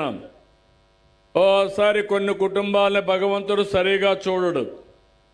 కొంతమంది దివ్యాంగులైపోతారు, కళ్ళు కనపడవు, నడవలేరు. ఇలాంటి సమస్యలు ఉంటాయి. అందుకే మీరు ఒక్కసారి చూస్తే 500 రూపాయలు పెంచింది. ఆ రోజు 500 నుంచి 3000 రూపాయలు చేశాను. 5 ఏళ్ళు ₹1 పెంచలేదు. అలాంటిది 3000 నుంచి 6000 రూపాయలు చేశాను. అంటే 500 నుంచి 6000 రూపాయలు అంటే 12 రెట్లు దివ్యాంగులకు పెన్షన్ ఇచ్చిన ఘనత ఎన్డీఏ ప్రభుత్వం అని చెప్పి కూడా నేను మీకు తెలియజేస్తున్నా. నేను చేసింది ఫేవర్ కోసరం కాదు, పేరు కోసరం కాదు, మానవత్వం కోసరం చేశా. ఆ కుటుంబాలు పడే బాధ నాకు అర్థమవుతుంది. నడవలేని బిడ్డ, చూడలేని బిడ్డ, కుటుంబంలో ఒక వ్యక్తి వికలాంగుడైతే, దివ్యాంగులైతే కుటుంబం అంతా కూడా ఎంత అవస్థపడుతుందో అది అర్థం చేసుకుని వాళ్ళకు ఒక వెసులుబాటు ఇవ్వాలి. దేవుడు సరిగా చూడకపోయినా ఒక ముఖ్యమంత్రిగా, మానవత్వం ఉండే వ్యక్తిగా వాళ్ళని ఆదుకోవాలనే ఉద్దేశంతో వాళ్ళకు అండగా నిలబడ్డానని చెప్పి మరొక్కసారి మీ అందరికీ విజ్ఞప్తి చేస్తున్నా. ఇలాంటివన్నీ ఇంకొక విషయం కూడా మీరు గుర్తుపెట్టుకోవాలి. అర్హులందరికీ పింఛన్లు రావాలి. అనర్హులకు అందరికీ పింఛన్లు ఇవ్వడానికి వీలు లేదు. గడచిన 5 సంవత్సరాల ప్రభుత్వంలో వాళ్ళ కార్యకర్తలకు పింఛన్లు ఇచ్చారు. వికలాంగుడు కాకపోయినా బ్రహ్మాండంగా కారు డ్రైవ్ చేసే వ్యక్తులకి, ట్రాక్టర్ డ్రైవ్ చేసే వ్యక్తులకి, లారీలు డ్రైవ్ చేసే వ్యక్తులకి వికలాంగులు అని చెప్పి పెన్షన్లు ఇచ్చిన సందర్భాలు ఉన్నాయి. మీరు కూడా అర్థం చేసుకోవాలి. మీరు కూడా ఒక పోలీసింగ్ మారిగా పనిచేయాలి. ఈరోజు సమాజంలో పేదవాళ్ళని ఆదుకోవాలి. అదే సమయంలో రాజకీయ ముసుగేసుకుని ప్రజాధనాన్ని దుర్వినియోగం చేస్తే అది సబబు కాదు. అలాంటి వారికి మాత్రం నిర్మోహమాటంగా ఉంటా. ఎక్కడ కూడా నేను ₹1 దుర్వినియోగం కాకుండా అర్హులకే ఖర్చు పెడతాం. నేను అడుగుతున్నా మిమ్మల్ని, 5 సంవత్సరాల అరాచకాలు చేశారు, ఇబ్బందులు పెట్టారు. కడాన దివ్యాంగులకు ఇవ్వాల్సిన పింఛను కూడా వీళ్లే కబ్జా చేసే పరిస్థితికి వచ్చారు. అలాంటివన్నీ తీసేస్తే ఎదురుదాడి చేస్తున్నారు. నేను ఒకటే మిమ్మల్ని అందరినీ కోరేది, నేను ఏ నిర్ణయం చేసినా దానికి ఆధారాలు పెట్టుకొని చేస్తాం తప్ప ఆషామాషిగా చేయమని చెప్పి కూడా నేను మీకు తెలియజేస్తున్నా. ఎన్డీఏ నాయకులకి, కార్యకర్తలు కూడా చెప్పారు, అర్హులందరికీ పింఛన్లు ఇవ్వాలి. అర్హులకు పింఛన్లు ఇవ్వకుండా చేయడం కరెక్ట్ కాదు. కానీ పింఛన్లు ఇచ్చేటప్పుడు మీరు దగ్గరుండండి. మీరు ఎన్నికల్లో హామీ ఇచ్చారు, మీ హామీ ప్రకారం ఈరోజు హామీలు నెరవేరుస్తున్నాం. కాబట్టి మీరు దగ్గరుండి ఇప్పించమని తెలుగుదేశం పార్టీ కార్యకర్తలకు, జనసేన కార్యకర్తలకు, బీజేపీ కార్యకర్తలకు కూడా విజ్ఞప్తి చేస్తున్నా. ఇది ప్రజాప్రభుత్వం, పొలిటికల్ గవర్నెన్స్. ఇదైనప్పుడు మనం చేసే మంచి పనికి మనం వారసులుగా ఉండాలి.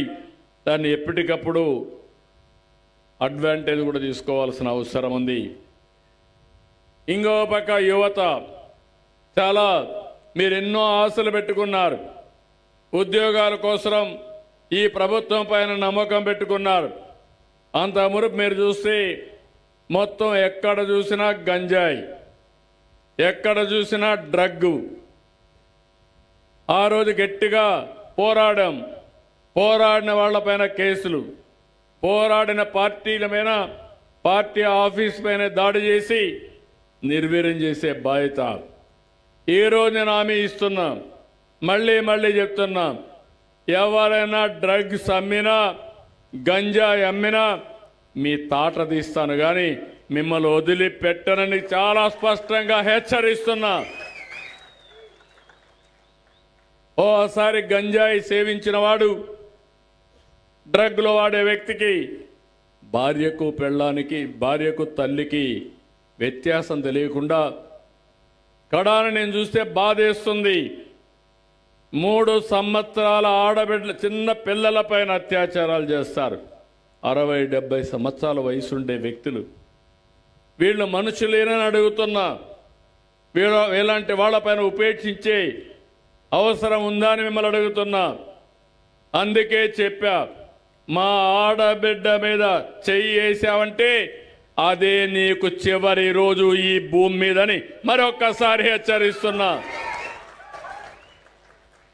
పోలీస్ వ్యవస్థ కూడా నేను స్పష్టంగా చెప్తున్నా, తొందరలోనే మీరు చూస్తారు, ఎక్కడ చూసినా టెక్నాలజీతో సీసీటీవీ కెమెరాలు పెట్టి ఎవడైనా ఇలాంటి పని చేస్తే 2 నిమిషాల్లో వాడిని పట్టుకుని ఏం చేయాలనో చేసే బాధ్యత నాదని మరొక్కసారి మీ అందరికీ ఆమె ఇస్తున్న. ఎవరిని వదిలిపెట్టను, రౌడీజాన్ని సహించను, ఎట్టి పరిస్థితుల్లో ఉపేక్షించాం.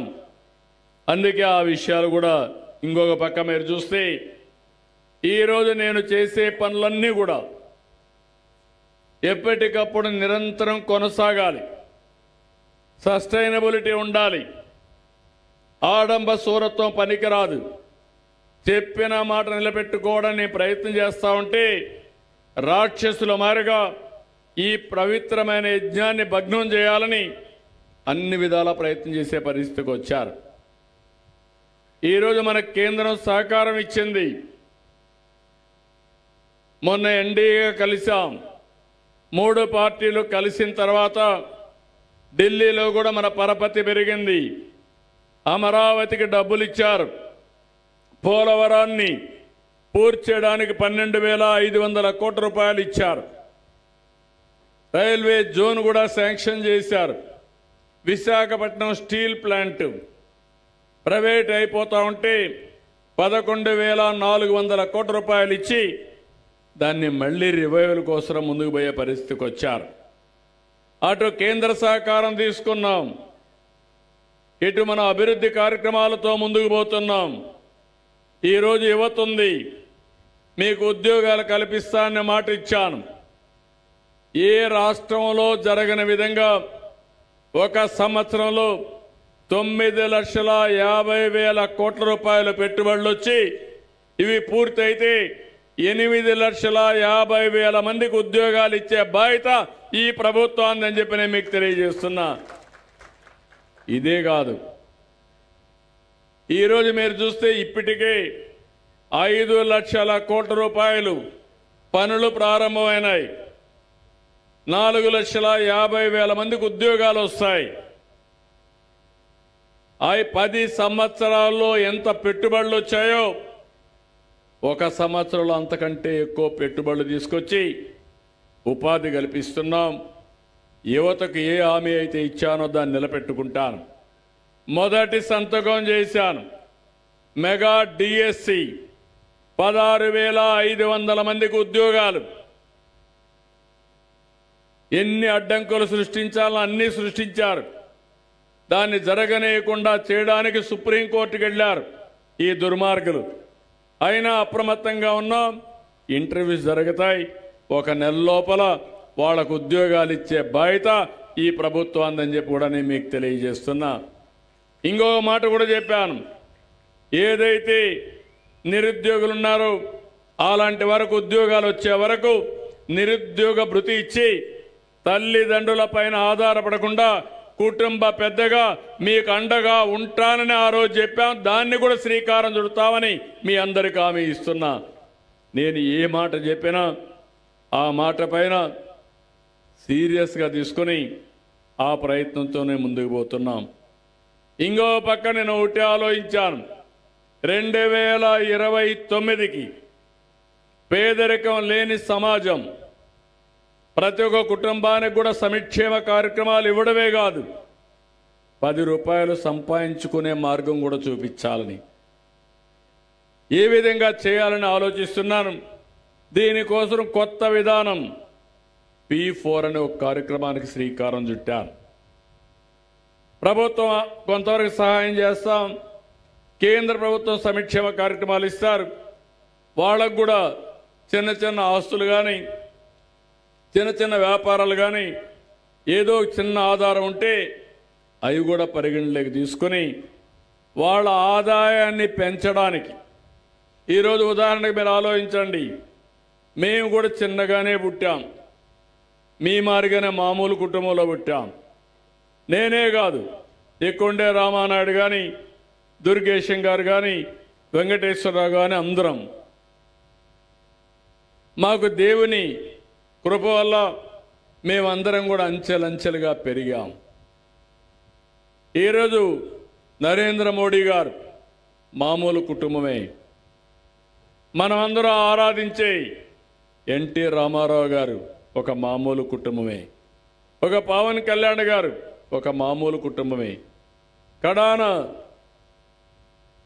ఎవరైతే అంబేద్కర్ గారు, ఆయన కూడా ఒక మామూలు కుటుంబంలో పుట్టాడు. ఆయన జీవితాన్ని మీరు చూస్తే ఆ రోజుల్లో బరోడా రాజు ఆయన చదువుకోవడానికి ముంబైలో 10 రూపాయలు ఇచ్చాడు నెలకు ఆ రోజుల్లో. అదే సమయంలో లండన్కి పోవాలంటే నెలకు $12 ఇచ్చాడు. ఆ సహాయంతో బాగా చదువుకొని మేధావిగా తయారై దేశానికి రాజ్యాంగం రాశాడు. ఇది ఇప్పటికే కాదు, చరిత్రలో చిరస్థాయిగా ప్రతి ఒక్కరి గుండెల్లో మిగిలిపోతుందని చెప్పి కూడా నేను మీకు తెలియజేస్తున్నా. అందుకే నేను చెప్పింది, అందరం సమాజం వల్లనే పైకొచ్చాం. పైకొచ్చిన 10% మార్గదర్శకులుగా ఉండాలి. ఎవరైతే కిందన ఆదాయం లేని కుటుంబాలు బంగారు కుటుంబాలుగా ఉండాలి. ఒక వ్యక్తి ఒక కుటుంబాన్ని కానీ మీకు శక్తి ఉంటే 5, 10 ఇంకా శక్తి ఉంటే మీ శక్తి మేరకు ఎన్ని కుటుంబాలు తీసుకోగలుగుతారో తీసుకుని మీరు వారి యొక్క అభివృద్ధి. నేను ఒకటే చెప్తున్నాను, అందరికీ తెలివితేటలున్నాయి. ఓసారి కొంతమందికి ఆ అవకాశం ఉండదు. ఈరోజు ఇక్కడ ఒక అమ్మాయి కూర్చుంది నా పక్కనే, డిగ్రీ చేసింది, కెమిస్ట్రీ చేసింది. ఆశయం ఒక పోలీస్ ఆఫీసర్ కావాలని, లేకపోతే డిఫెన్స్లో పనిచేయాలని. కానీ తల్లిని చూస్తే 3 ఆడబిడ్డలు. ఒక ఆడబిడ్డ అయితే దివ్యాంగురాలు, ఇల్లు కూడా లేకుండా అవస్థపడే పరిస్థితుంది. ఇలాంటప్పుడు మేము ఆ కుటుంబానికి సహాయం చేయగలుగుతాం. కానీ తెలివైన వాళ్ళు ఒక్కరుగా నుండి వాళ్ళకు అప్పుడప్పుడు గైడెన్స్ ఇస్తే, కొంత ఆర్థిక సహాయం కానీ, కొంత వాళ్ళు ఏం చేయాలనో సమయస్ఫూర్తిగా ఆలోచనలు ఇవ్వగలిగితే ఆ అమ్మాయి నిలదొక్కుంటే ఆ కుటుంబం పైకి వచ్చే అవకాశం వస్తుంది. నేను అందుకనే దీనికి ఒక పెద్ద కార్యక్రమం తీసుకున్నాను. ఇప్పటికే 1 లక్ష బంగారు కుటుంబాలని అడాప్ట్ చేసుకున్నారు. దగ్గర ఒక 10,000 మంది మార్గదర్శులు వచ్చారు. ఈ రాష్ట్రంలో ఉండే ప్రతి ఒక్కరిని ఒకటే కోరుతున్నాం, ఇది మీ బాధ్యత. సమాజం మనకు గౌరవం ఇచ్చింది, అవకాశాన్ని ఇచ్చింది. తిరిగి సమాజానికి ఇవ్వవలసిన బాధ్యత మనకుంది. ఈరోజు మీరు చూస్తే బిల్ గేట్స్ ఉన్నాడు, కొన్ని వేల కోట్ల రూపాయలు ప్రపంచంలోనే కోటీశ్వరుడు. డబ్బులు సంపాదించాడు. సంపాదించిన డబ్బుల్ని 99% తిరిగి సమాజానికి ఇచ్చేస్తున్నాడు. మొన్నే వేదాంత ఒక పెద్ద కంపెనీ 75% తిరిగి సమాజానికి ఇచ్చేస్తున్నారు. ఇలాంటివన్నీ కూడా ఈరోజు మన ముందర కనపడుస్తున్నాయి. కడాన మిగిలేది మీరు సమాజానికి ఏం మంచి చేశారో అదే శాశ్వతంగా మిగులుతుందని చెప్పి కూడా నేను మీకు తెలియజేస్తున్నా. ఈరోజు ఎన్నో ఇబ్బందులు ఉన్నాయి. 10 లక్షల కోట్ల రూపాయల రాష్ట్రానికి అప్పులున్నాయి. మీ కష్టాలు బోలెడన్ని కష్టాలున్నాయి. ఒక పక్క అప్పులు తీర్చాలి, వడ్డీ కట్టాలి, సంపద సృష్టించాలి, కేంద్ర సహకారం తీసుకోవాలి, మళ్ళా మీ కష్టాలు తీర్చాలి. ఈ రెండు కూడా బ్యాలెన్స్ చేసుకుంటూ ముందుకు పోతున్నాం. ఈరోజు ఇక్కడ చూశారు పోలవరం 5 ఏళ్లు పోలవరాన్ని ఏ విధంగా భ్రష్టు పట్టించారో మీరే చూశారు. ఆ రోజు నేను డయాఫామ్ వాల్ పూర్తి చేశాం. డయాఫామ్ వాల్ పూర్తి చేసి ఆ కాఫర్ డ్యామ్ పూర్తి చేయకుండా కావాలని కక్ష తీర్చుకునే విధంగా పోయి డయాఫామ్ వాళ్ళు కూడా కొట్టుకుపోయే పరిస్థితికి వచ్చింది. ఈరోజు మళ్ళీ దాని మీద శ్రద్ధ పెట్టాం. భగవంతుడు మళ్ళీ నాకే అవకాశం ఇచ్చాడు దాన్ని పూర్తి చేసే అవకాశం. అందుకే శ్రద్ధ పెట్టాం. రామానాయుడు గారిని చాలా క్లియర్గా చెప్పాను, ఎట్టి పరిస్థితుల్లో 2027కి జాతికి అంకితం చేసే బాధ్యత మనం తీసుకుంటామని చెప్పాను.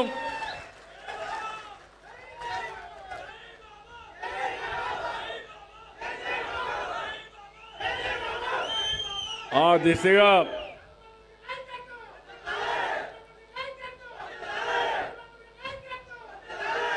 దిశగా అడుగులేస్తున్నాం.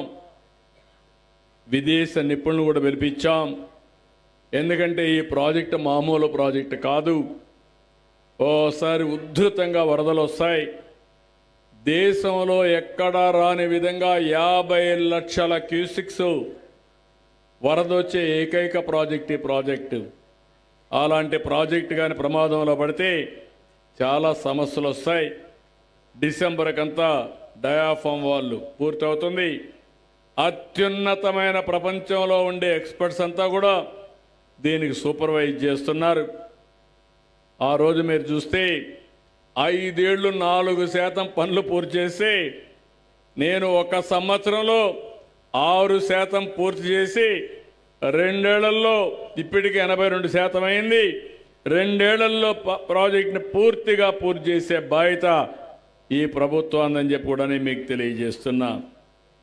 ఇంకొక పక్క ఇక్కడే మినిస్టర్ గారు ఉన్నారు, టూరిజం మినిస్టర్ గారు ఉన్నారు.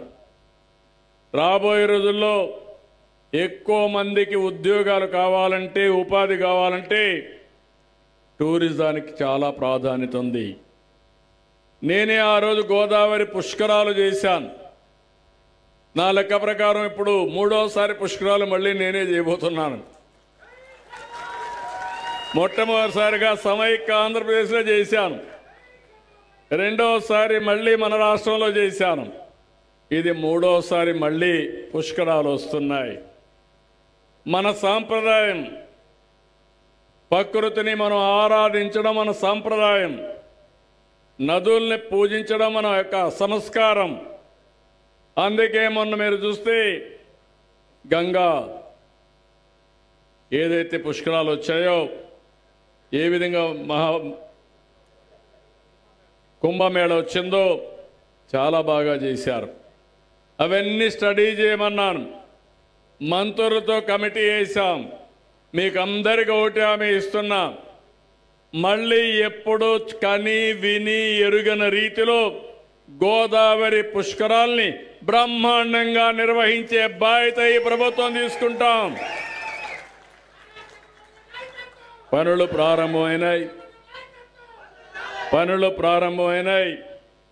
ఇటు కొవ్వూరు సైడ్ అయితే నాకు బాగా జ్ఞాపకం. అప్పుడు కొన్ని టెంపుల్స్ అన్నీ కట్టించింది నేనే కట్టించా. ఆ సైడ్ కూడా రాజమండ్రి అంతా కూడా ఘాట్లన్నీ నేనే కట్టించా. ఇప్పుడు రిపేర్ చేయడమే కాకుండా అదనపు బ్యూటిఫికేషన్ కూడా చేసి ఏం చేయాలనో అవన్నీ చేసే బాధ్యత తీసుకుంటామని చెప్పి కూడా నేను మీకు తెలియజేస్తున్నా.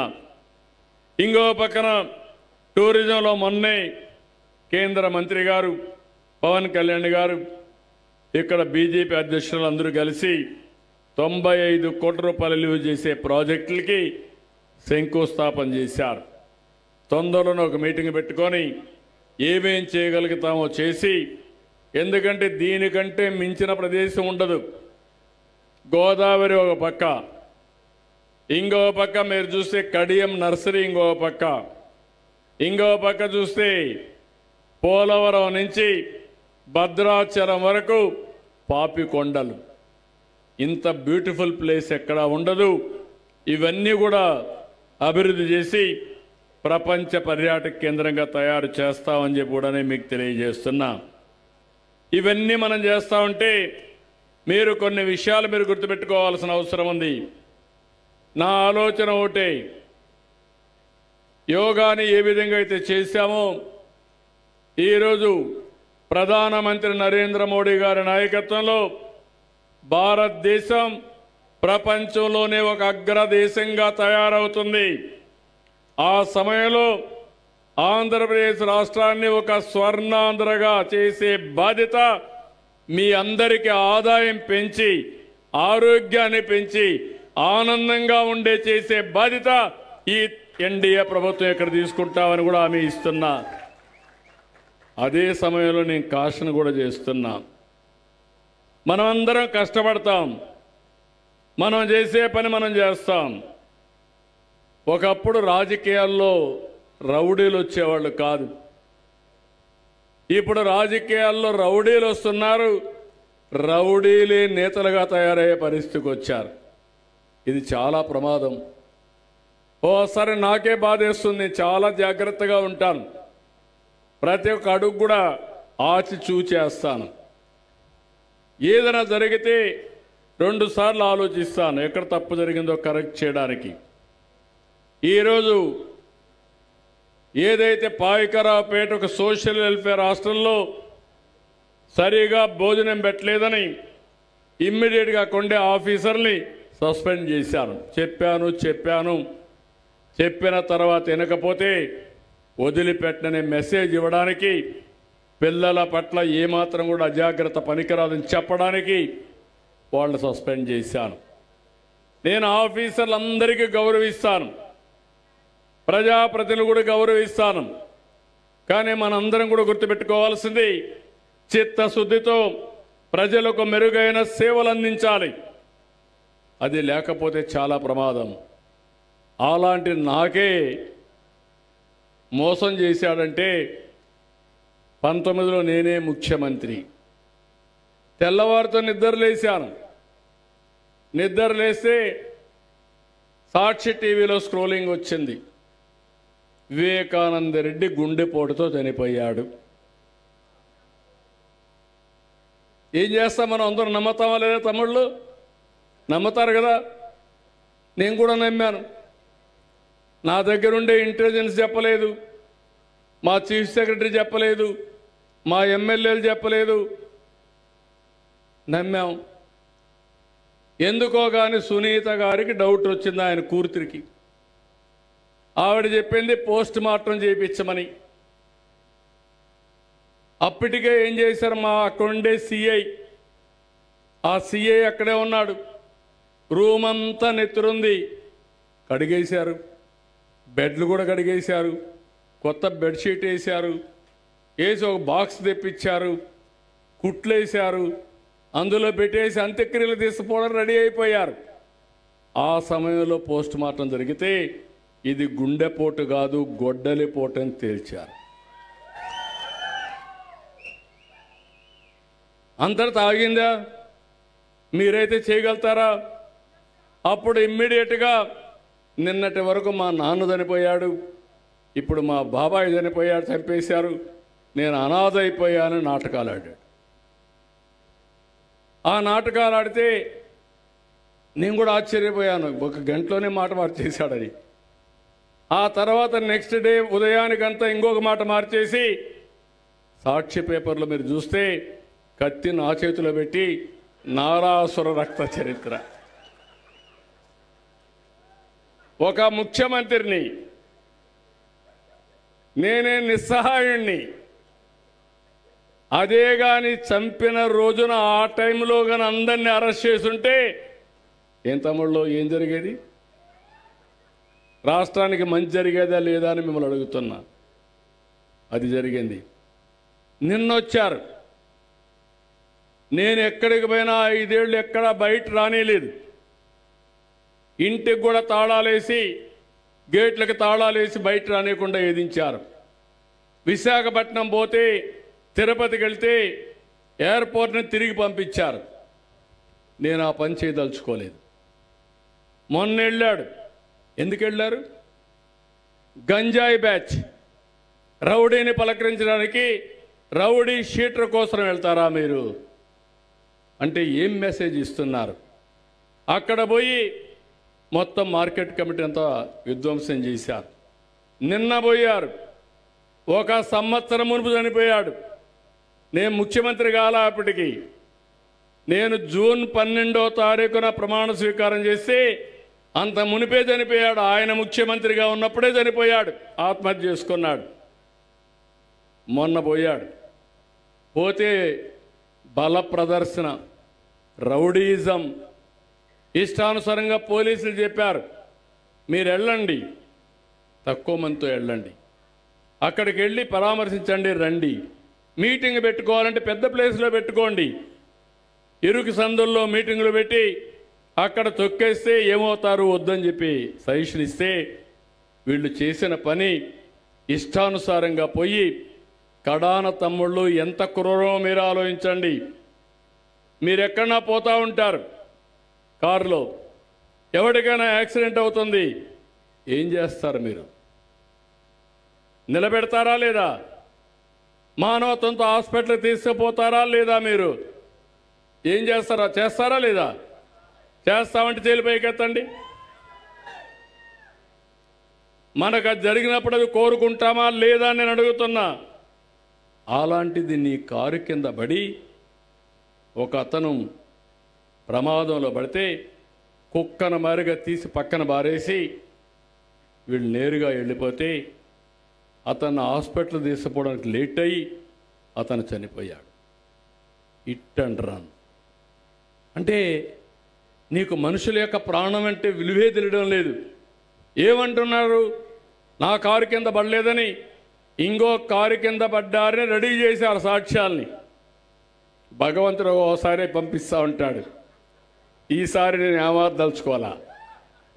నేను అంతా ఇన్ఫర్మేషన్ సంపాదించమంటే మా పోలీసులు తీసుకుంటే క్లియర్ కట్గా ఫారెన్సిక్ ఎవిడెన్స్లో కూడా సాక్ష్యాలు వచ్చాయి.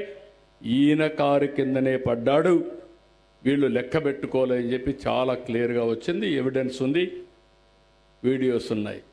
ఏం తమ్ముళ్ళు మీకు బాధ అనిపించదా? నేను ఎలాంటి వాళ్ళతో రాజకీయం చేస్తున్నాను?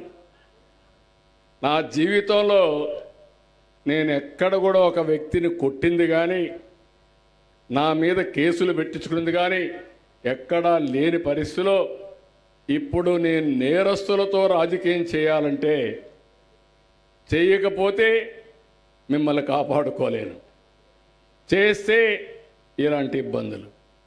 అందుకే మీరు కూడా గుర్తుపెట్టుకోవాలి, మీ అమ్మాయికి పెళ్లి చేయాలంటే, మీ అబ్బాయికి పెళ్లి చేయాలంటే 7 తరాలు వెనక్కి చూస్తారు. చూస్తారా లేదా? పుట్టు మచ్చలు కూడా చూస్తారా లేదా? అవునా లేదా? కానీ రాష్ట్రంలో మాత్రం నాయకుడు కావాలంటే గుడ్డిగా ఓటేస్తారా తమ్ముళ్ళు అని అడుగుతున్నా.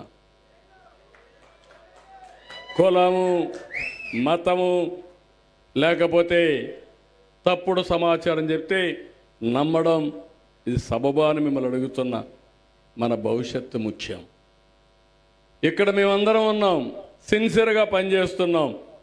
నరేంద్ర మోడీ గారు మీరు చూస్తే దేశానికి సరైన సమయంలో సరైన నాయకుడు దొరకడం మనందరి అదృష్టంగా నేను భావిస్తున్నా. అలాంటి సమర్థవంతమైన నాయకుడు, ఒక స్టేబుల్ లీడర్షిప్. 11వ స్థానం నుంచి 4వ స్థానానికి వచ్చాం ఆర్థిక వ్యవస్థలో. తొందరలోనే 3వ స్థానానికి వస్తాం. ఆయన ఆ విధంగా చేసినప్పుడు నాకు ఒక నిర్దిష్టమైన లక్ష్యాన్ని పెట్టుకున్నా. ఈ రాష్ట్రంలో 0 పావర్టీ ఉండాలి, అందరికీ మెరుగైన జీవన ప్రమాణాలు ఉండాలి. ఇప్పుడు టెక్నాలజీతో సాధ్యం. నిన్నే మీరు చూశారు, నేను వాట్సాప్ గవర్నెన్స్ తెచ్చా. ఈరోజు ఇక్కడ ఉండే వాళ్ళందరూ చూస్తున్నారు, ఆఫీసు పోయే పని లేదు. 510 సర్వీసులు యాజ్ ఆన్ టుడే వాట్సాప్ గవర్నెన్స్లో ఉన్నాయి. ఆగస్టు 15 నాటికి 100% ఏ ఆఫీసుకు పోయే పని లేకుండా ఏ పని కావాలన్నా మీ ఫోన్ ద్వారా మీరు చేసుకునే అవకాశాలు ఉన్నాయని చెప్పి కూడా నేను మీకు తెలియజేస్తున్నా. వాట్సాప్ గవర్నెన్స్ పైన మీకు అందరికీ అవగాహన ఉందా? తెలుసు అంటే చేలు పైకెత్తండి. వాట్సాప్ గవర్నెన్స్ అంటే మీ ఫోన్లో మెసేజ్ పెడితే పనులు అవుతున్నాయా? అవుతున్నాయని తెలిసిన వాళ్ళు చేలు పైకెత్తండి. ఇంకా కొంతమంది ఆడవాళ్ళకి అందరికి తెలియడం వల్ల ఏం తల్లి ఉపయోగించుకోవడం వల్ల ఫోన్లు అయితే వాడుతున్నారా? ఫోన్లు వాడుతున్నారని చేలిపైకెత్తండి. ఫోన్లు వాడలేదనే వాళ్ళు చేలిపైకెత్తండి. ఫోన్ వాడలేని వాళ్ళు ఒకరో ఇద్దరో ఉన్నారు. ఒకప్పుడు నేను ఫోన్ అంటే 95, 96లో ఆనాటి నాయకులు ఫోన్ తిండి పెడుతుందా అన్నారు, కూడు పెడుతుందా అన్నారు, నన్ను విమర్శించారు. అంతా కూడా 25 ఏళ్లే. ఇప్పుడు భార్య లేకపోతే భర్త ఉంటాడు, భర్త లేకపోతే భార్య ఉంటుంది, ఫోన్ లేకపోతే ఇద్దరు ఉండలేరు. అవునా కాదా? ఆ స్టేజ్కి వచ్చేసారు. అందుకే నేను ఆలోచించేది ఆ ఫోన్తోనే మీ జీవితాల్లో వెలుగులు రావాలని, టెక్నాలజీకి ప్రాధాన్యత ఇవ్వాలని. 25 ఏళ్లలో మీరు చూశారు. ఈరోజు చదువుకున్న వాళ్ళు, ఐటీ చేసిన వాళ్ళు ప్రపంచం అంతా వెళ్ళి హైయెస్ట్ పర్ క్యాపిటల్ ఇన్కమ్ సంపాదించే పరిస్థితికి వచ్చారు. ఎక్కువ ఆదాయం మన వాళ్ళు సంపాదిస్తున్నారు. అమెరికాలో ఉండే అమెరికన్స్ $50,000 సంపాదిస్తే సంవత్సరానికి మన వాళ్ళు $1,20,000 సంపాదిస్తున్నారు. వాళ్ళకంటే రెట్టింపు. అది తెలుగువాడి సత్తా. అది చూపించిన పార్టీ ఈరోజు ఆ రోజుట్లో ప్రారంభించిన తెలుగుదేశం ఎన్డీఏ ఈరోజు సాధ్యమైంది.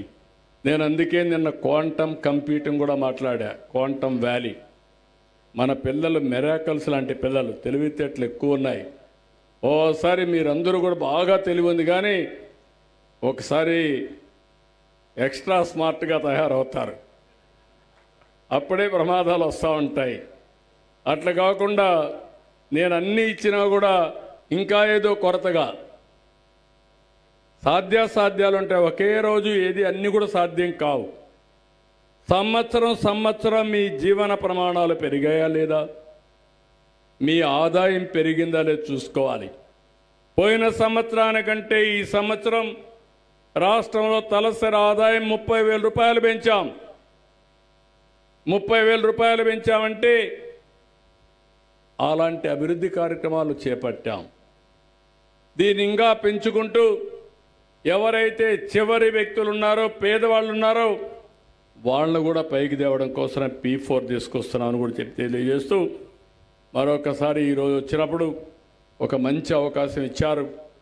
నేను చేయాల్సిన పనులన్నీ చేస్తున్నా, మీరు కూడా పూర్తిగా అర్థం చేసుకుని సహకరించాల్సిందిగా మరొకసారి కోరుకుంటూ, ఇక్కడ పిల్లలందరూ వచ్చారు. తల్లికి వందనం ఇస్తున్నానని వారంతా కూడా పిల్లలందరూ వచ్చారు. వాళ్ళందరికీ చెప్తున్నా, మీ అందరికీ తల్లులు చెప్తున్నా, తండ్రులు చెప్తున్నా, ఆ పిల్లల్ని బాగా చదివించే బాధ్యత ఈ ఎన్డీఏ ప్రభుత్వం తీసుకుంటామని మరొక్కసారి అందరికీ హామీ ఇస్తూ, ఇప్పుడు ఇక్కడ బంగారు కుటుంబాలు, అదే మరి మార్గదర్శులు ఉన్నారు. ఒకరిద్దరిని మాట్లాడిస్తాం. ఏ విధంగా ఈ కార్యక్రమం జరుగుతుందో మీకు ఎక్స్ప్లెయిన్ చేస్తాం. రమ్మ మళ్ళీ మళ్ళీ మళ్ళీ ఇది అయిపోయినాక ఆ పక్కన నిలబడుకోండి. నేను పోయేటప్పుడు మాట్లాడి తీసుకుంటాను. బయట రమ్మ. ఒక్క నిమిషమ్మా, అరవద్దండి. నమస్కారం. చెప్పమ్మా, నీ పేరు చెప్పమ్మా. నా పేరు ములపర్తి నవ్యశ్రీ అండి. ములపర్తి నవ్యశ్రీ నా పేరండి. మా అమ్మ మా నాన్నగారు కూలి పని చేస్తూనే బతుకుతారండి. రెక్కాడితే డొక్కాడిన జీవితాలండి మావి. అటువంటిది మేము ముగ్గురం ఆడపిల్లమండి. అందులో మొదటి కుమార్తె నేను. నా పేరు నవ్యశ్రీ. ఒక అమ్మాయి వికలాంగురాలండి. పుట్టుక నుంచే తన పని తను చేసుకోలేదండి. మా అమ్మాయి చేయాలి ఏ పనైనా కూడాను. అటువంటిది మీ పరిపాలన, బాబు గారి పరిపాలనలోనే మాకు అప్పుడు పెన్షన్ మంజూరీ చేయించారండి. అలానే బాబు గారి పరిపాలన మాకు ఇదివరకు ఇల్లు కూడా ఉండేది కాదండి. ఒక ఈ అద్దెంట్లో ఉండేవాళ్ళమండి మేమందరం కూడా. అక్కడే తిని అక్కడే ఉండేలాగా ఉండేదండి. అటువంటిది బాబు గారి పరిపాలనలోనే మాకు కాలనీ శాంక్షన్ చేశారండి. బాబు గారికి ధన్యవాదాలు, థ్యాంక్స్ చెప్తున్నానండి. అలాగే అప్పుడు గత ప్రభుత్వం మారాక అంతకుముందు మాకు కాలనీ ఇప్పించారు, సగం నిర్మాణం జరిగిందండి. మళ్ళీ ఇప్పుడు జగన్ పరిపాలన వచ్చాక మాకు ఎటువంటి ఫండ్స్ కానీ ఏమీ రాలేదండి. అలాగే సగం నిర్మాణంలోనే ఉందండి మాకు. ఇంకా డోర్స్ కానీ అవి ఏం పెట్టించలేదండి. అప్పుడు మీరే నిర్మాణం మొదలు పెట్టారు. ఇప్పుడు పూర్తి చేయాలని మిమ్మల్ని హంబుల్గా రిక్వెస్ట్ చేస్తున్నానండి. అలాగే నా చెల్లి మేము ముగ్గురం ఆడపిల్లమండి. మా చెల్లిని కూడా మేము ఎడ్యుకేషన్ లోన్ తీసుకొని చదివిస్తున్నామండి. అలాగే మా అమ్మ కూడా అనారోగ్యంగా ఉంటుందండి. మా నాన్నగారితో ఒకళ్ళు కష్టపడి చేస్తేనే మాకు ఇల్లు గడుస్తుందండి. అటువంటిది ఇప్పుడు నేను ఇంకా ఆర్థికంగా చాలా ఇబ్బందిగా ఉందని నా గ్రాడ్యుయేషన్ కంప్లీట్ చేశానండి. బీఎస్సీ కెమిస్ట్రీ నేను ప్లస్ ఎన్సీసీ కూడా చేశానండి. ఇంట్లో గడవట్లేదని నేను కూడా మానేసి ఇంకా ప్రైవేట్ స్కూల్లో టీచర్ కింద చేస్తున్నానండి ప్రస్తుతానికి. ఎంత ఇస్తారమ్మా నీకు? అక్కడ 10,000 ఇస్తారండి. అక్కడ చేస్తున్నానండి ప్రస్తుతానికి. నాకు ఒక మంచి ఉద్యోగం ఇప్పిస్తే నా కుటుంబాన్ని పెంచే బాధ్యత ఇప్పుడు నా మీదే పడిందండి. ఎందుకంటే ఎల్లకాలం తల్లిదండ్రులు కష్టం మీద ఉండడం కష్టం కదండి. అందుకనే మీరు ఏదన్నా మార్గం చూపిస్తారని మీకు హంబుల్గా రిక్వెస్ట్ చేస్తున్నానండి. అలాగే మా చెల్లి విషయంలో కూడా కొంచెం ఆలోచించమని చెప్తున్నానండి. ఈ అవకాశం నేనేమో తప్పులు మాట్లాడుంటే సదాగా మనకు క్షమించమని చెప్తున్నానండి. ఇక్కడ బంగారు కుటుంబం ఈ అమ్మాయిని ప్లీజ్ కామ్, మీరు ఎట్లా ఏమనుకుంటున్నారు? ఇప్పుడు ఆ ప్రొఫైల్ చూశారు, స్టడీ చేశారా? చెప్పండి, మీరు స్టడీ చేస్తుంటే ఏంటి మీ అభిప్రాయం ఏంటి, ఎట్లా చేస్తారు? ఇప్పుడు ఈ అమ్మాయిని బంగారు కుటుంబంగా మనం అడాప్ట్ చేసుకుంటున్నాం. అదే సమయంలో మార్గదర్శిగా వారిని సెలెక్ట్ చేశాం. ఆయన ఈ అమ్మాయి సమస్య చెప్పింది, ఆయన కూడా స్టడీ చేశాడు. ఏ విధంగా ఆదుకుంటారో ఒకసారి ఐడియా ఇస్తాడు. అందరికీ నమస్కారం అండి. మన విజనరీ లీడర్ ఎప్పుడూ మన రాష్ట్ర భవిష్యత్తు కోసం సంక్షేమం కోసం పనిచేస్తున్న మన ఆనరబుల్ చీఫ్ మినిస్టర్ గారికి నా నమస్కారం. ఇందాక చీఫ్ మినిస్టర్ గారు చెప్పినట్టు నేను కూడా చాలా చిన్న కుటుంబం నుంచి వచ్చానండి. నా చదువు అంతా గవర్నమెంట్ స్కూల్లో జరిగింది. తర్వాత స్కాలర్షిప్ తెచ్చుకుని బిర్లా ఇన్స్టిట్యూట్ అయినటువంటి బిట్స్పిల్ అని రాజస్థాన్లో నుంచి నేను ఆర్గానిక్ కెమిస్ట్రీలో PhD కంప్లీట్ చేశాను. తర్వాత మన ప్రాంతానికి ఏదైనా చేయాలని ఇదే తాళ్ళపూడి మండలంలో ఠాగూర్ ల్యాబొరేటరీస్ అనే సంస్థను ప్రారంభించామండి. దానికి నేను మేనేజింగ్ డైరెక్టర్గా ఉన్నాను. ఇప్పుడు ఆ సంస్థ స్టార్ట్ అయింది కూడా 2017 సంవత్సరంలో మన గత ప్రభుత్వంలో సీఎం గారు ఇంట్రడ్యూస్ చేసిన సింగిల్ విండో పథకంలో చాలా ఈజ్ ఆఫ్ డూయింగ్ బిజినెస్లో ఆ సంస్థ స్టార్ట్ చేయడం జరిగింది. ఈరోజు ఆ సంస్థ నుంచి 1500 మందికి మేము జీవనోపాధి కల్పించగలిగామండి. దాంట్లోనే 90% మంది మన గ్రామాల నుంచే తీసుకుని ట్రైనింగ్ ఇచ్చి రిక్రూట్ చేసుకోవడం జరిగిందండి. అదేవిధంగా ఇప్పటివరకు మాకు P3 వరకు తెలుసండి, పబ్లిక్ ప్రైవేట్ పార్ట్నర్షిప్ అని. దేశంలో ఎక్కడా లేని విధంగా 4వ Pని పీపుల్ అని ఇంట్రడ్యూస్ చేసి జీరో పవర్టీ స్కీమ్ కింద మన సీఎం గారికి వచ్చిన ఆలోచనని మనం నిజంగా చాలా గర్వించదగ్గ విషయం అండి. ఇది దేశంలోనే ఫస్ట్ టైం మన ఆంధ్రప్రదేశ్లో చేస్తున్నారు. సో మా వంతు బాధ్యతగా మేము ముందుకు వచ్చామండి.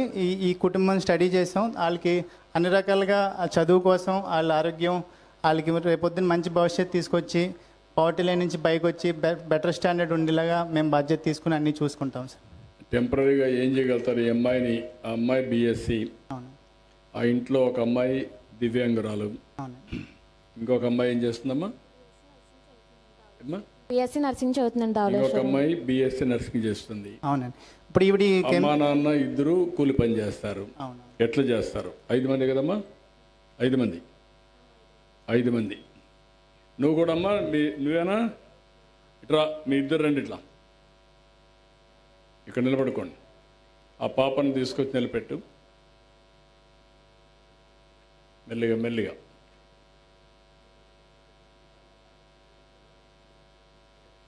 ఇట్రా అమ్మా.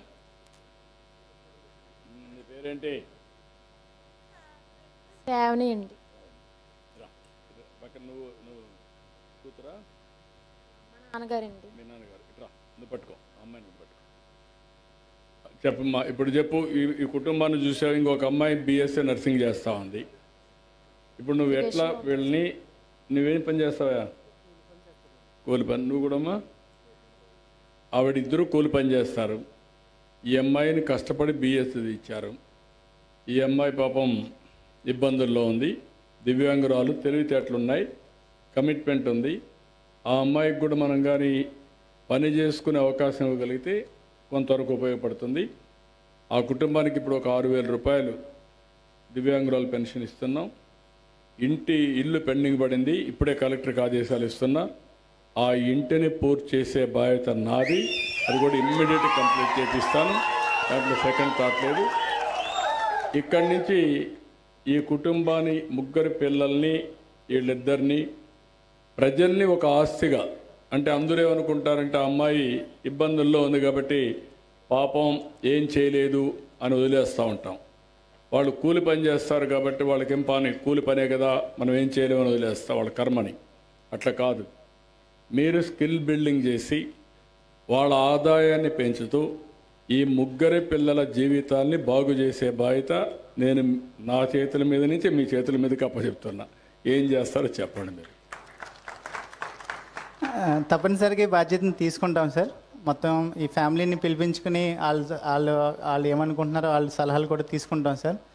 అప్పుడు అమ్మాయి చదువుతుంది కాబట్టి ఇంకా అమ్మాయికి చదువుకునే ఇంట్రెస్ట్ ఉంటే కనుక ఖచ్చితంగా మాస్టర్స్ చదివిస్తాం సార్. ఎంఎస్సీ చేయిస్తాం అమ్మాయి చేత.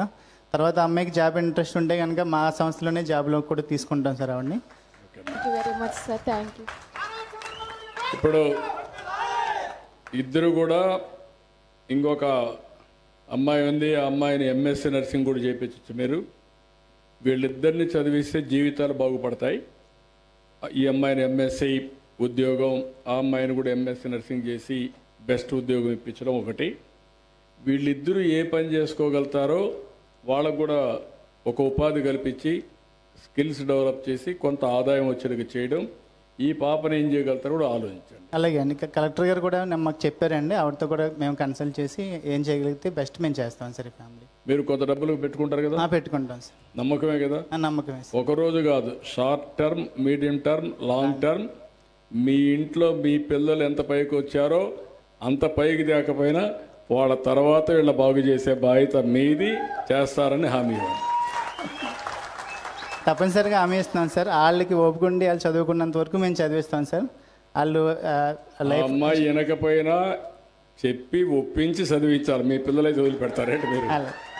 చేయాలా? ఆ కన్సల్టెన్సీ ఉండాలా, కన్సర్న్ ఉండాలా, ఎడ్యుకేట్ చేయాలి పిల్లల్ని. ఇంకొక పక్క వాట్సాప్ గ్రూప్ పెట్టుకోండి. టైమ్లీ నిర్ణయాలు వాళ్ళు ఏం చేయాలని మీరు గైడ్ చేయడం. ఒక కుటుంబ పెద్దగా ఎట్లయితే గైడెన్స్ ఇస్తామో మెంటరింగ్, గైడెన్స్, అసిస్టెన్స్ అన్నీ ఇచ్చి వాళ్ళ పైకి తీసుకొచ్చే బాధ్యత మీద గవర్నమెంట్ ఇచ్చేది ఇస్తాం.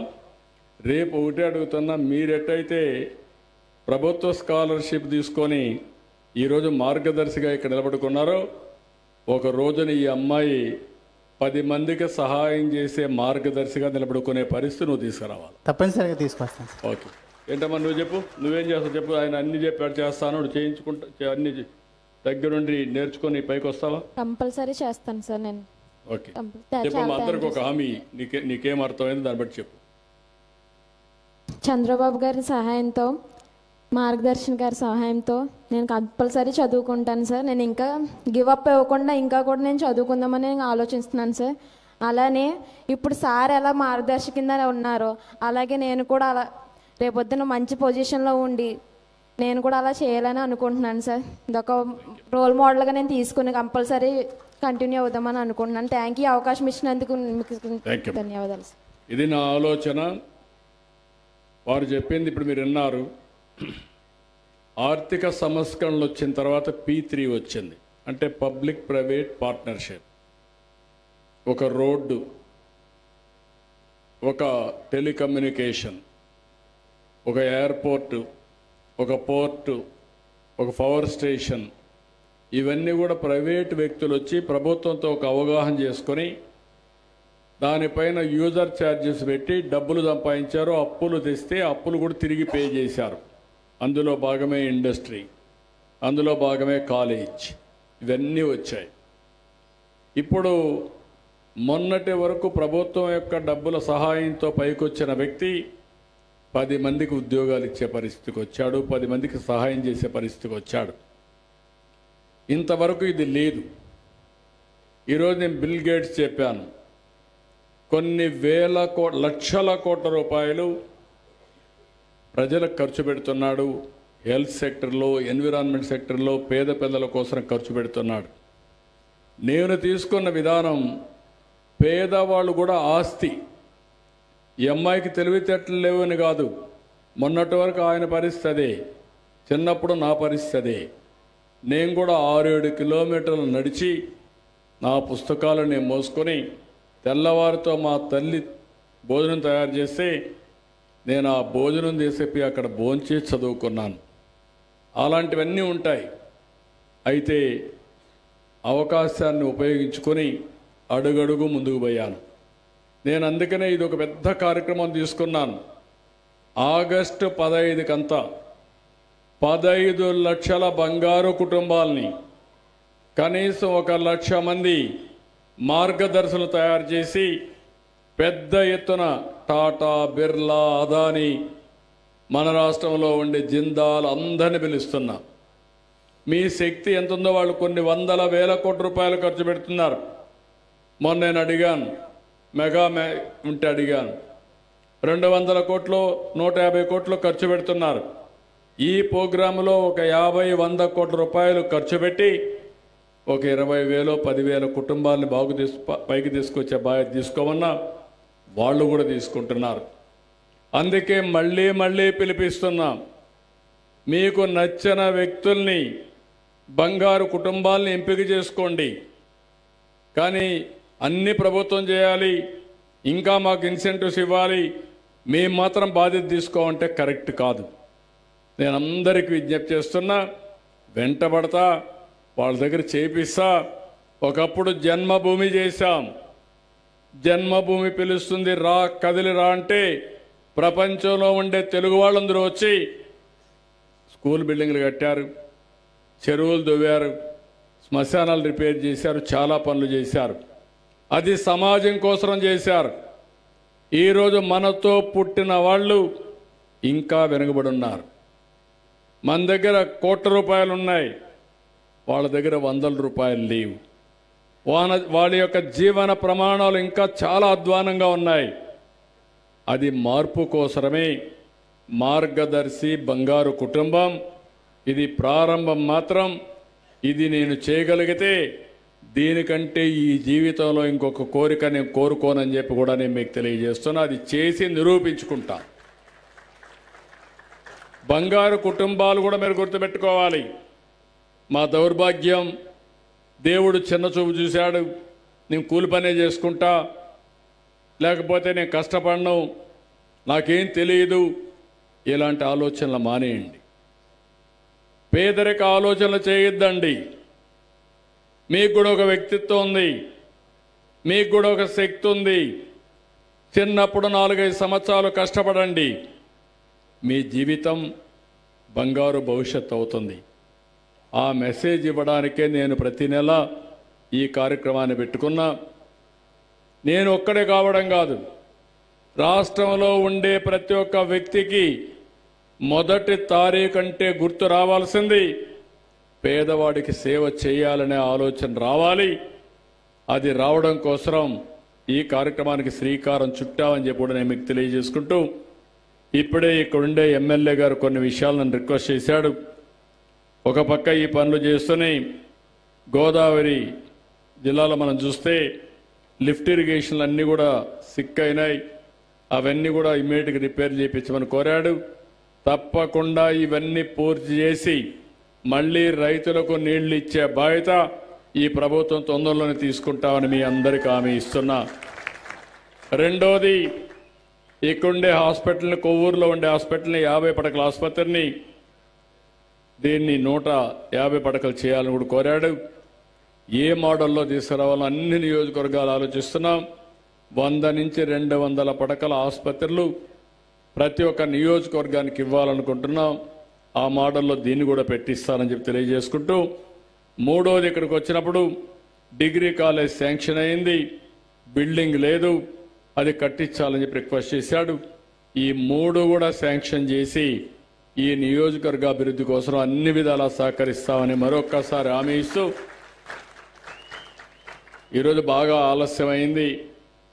నేను వచ్చే హెలికాప్టర్ అయితే వాతావరణం సహకరించకుండా సగం దారికి వచ్చినాక మళ్ళీ గన్నవరం పోయి మళ్ళా ఫ్లైట్లో వచ్చే పరిస్థితి వచ్చింది. ఏదేమైనా మీ ఊరికి రావాలనుకున్నా వచ్చాను, మీ దర్శనం చేసుకున్నాను, చాలా సంతోషం. అప్పుడప్పుడు కొన్ని ఇబ్బందులు వస్తాయి, అప్పుడప్పుడు కొన్ని ఇబ్బందులు వస్తూ ఉంటాయి, అనివార్య పరిస్థితులు వస్తూ ఉంటాయి. నేను కూడా దారిలోకి వచ్చాను కాబట్టి వర్షం పడింది కాబట్టి నేను మళ్ళీ ఇంటికి పడుకోవచ్చు, కానీ కాదు, రావాలి, ఈ మీటింగ్ జరగాలి, మీ అందరితో కలవాలనే ఉద్దేశంతో వచ్చాను. కలిసినందుకు మనస్ఫూర్తిగా సంతోషంగా ఉంది. దీనికి మీ అందరికీ ధన్యవాదాలు తెలియజేసుకుంటూ సెలవు తీసుకుంటున్నా. జై హింద్, జై జన్మభూమి.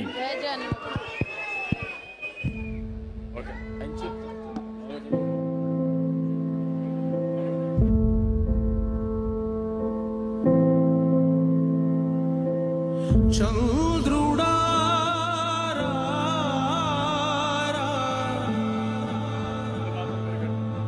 ఇంద్రుడై రాధిరా,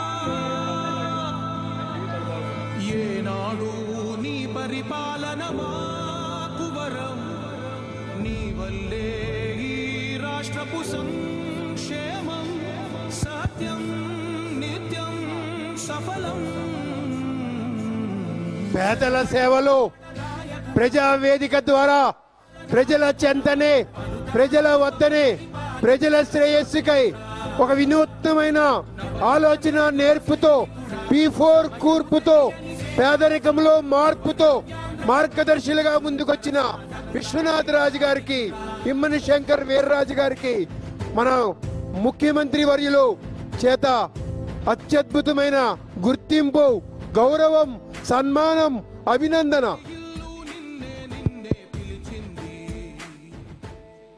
ఇమ్మని శంకర్ వీర్రాజు గారు విశ్వనాథ్ రాజు గారికి స్వయంగా ముఖ్యమంత్రి గారి అమృత హస్తాల చేతుల మీదుగా వారి మానవ సేవే మాధవ సేవ నార్యోక్తిని నిజం చేసినందుకు, మానవత్వం పరిమళించే విధంగా, మానవత్వం మూర్తిభవించే విధంగా మార్గదర్శులు తయారు చేస్తున్న ఏకైక రాష్ట్రం ఆంధ్రప్రదేశ్. మీ వినూత్నమైన ఆలోచన మరింత ముందుకెళ్లాలని కోరుకుంటూ ఆ మహానుభావులకి, ఆ మార్గదర్శులకు అందిస్తున్న ఒక అత్యుత్తమమైన అభినందన.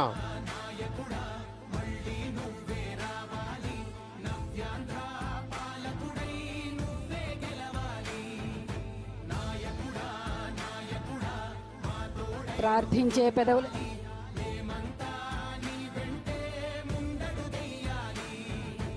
నారావారిపల్లె నుండి, రంగంపేట నుండి, చంద్రగిరి నుండి, నారావారిపల్లి, రంగంపేట, చంద్రగిరి, కుప్పం నుండి హైదరాబాద్కు, అమరావతికి, న్యూఢిల్లీకి విస్తరించిన ఒక అత్యద్భుతమైన నాయకత్వం.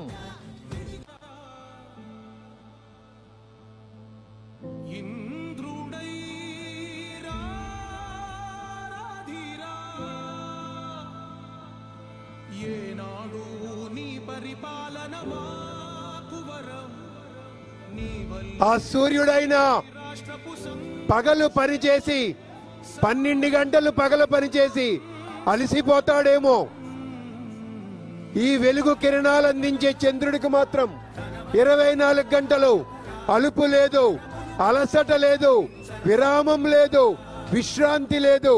వారి కనులు భవిష్యత్తును దర్శిస్తూనే ఉంటాయి. వారి స్వప్నాలు ప్రగతి కారకాలుగా నిరీక్షిస్తూనే ఉంటాయి. ముఖ్యమంత్రి వర్యులు కొత్త చరిత్రను లిఖిస్తూ స్వర్ణాంధ్రకు కొత్త భవితను రచిస్తున్న మన ఘన జన సేవా నాయక. జై హో.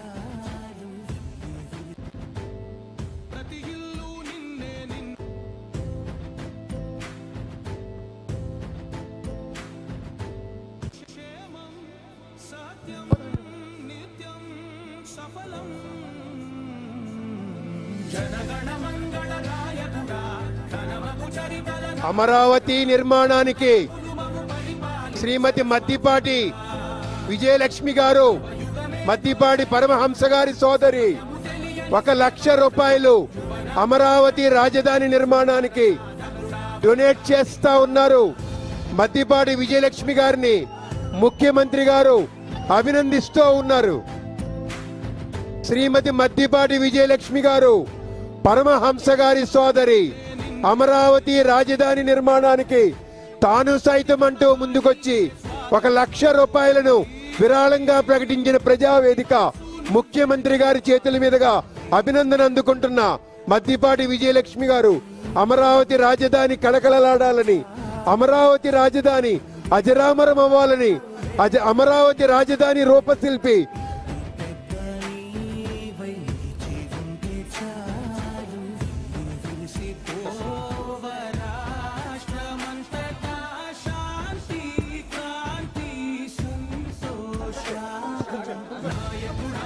నాయకుడా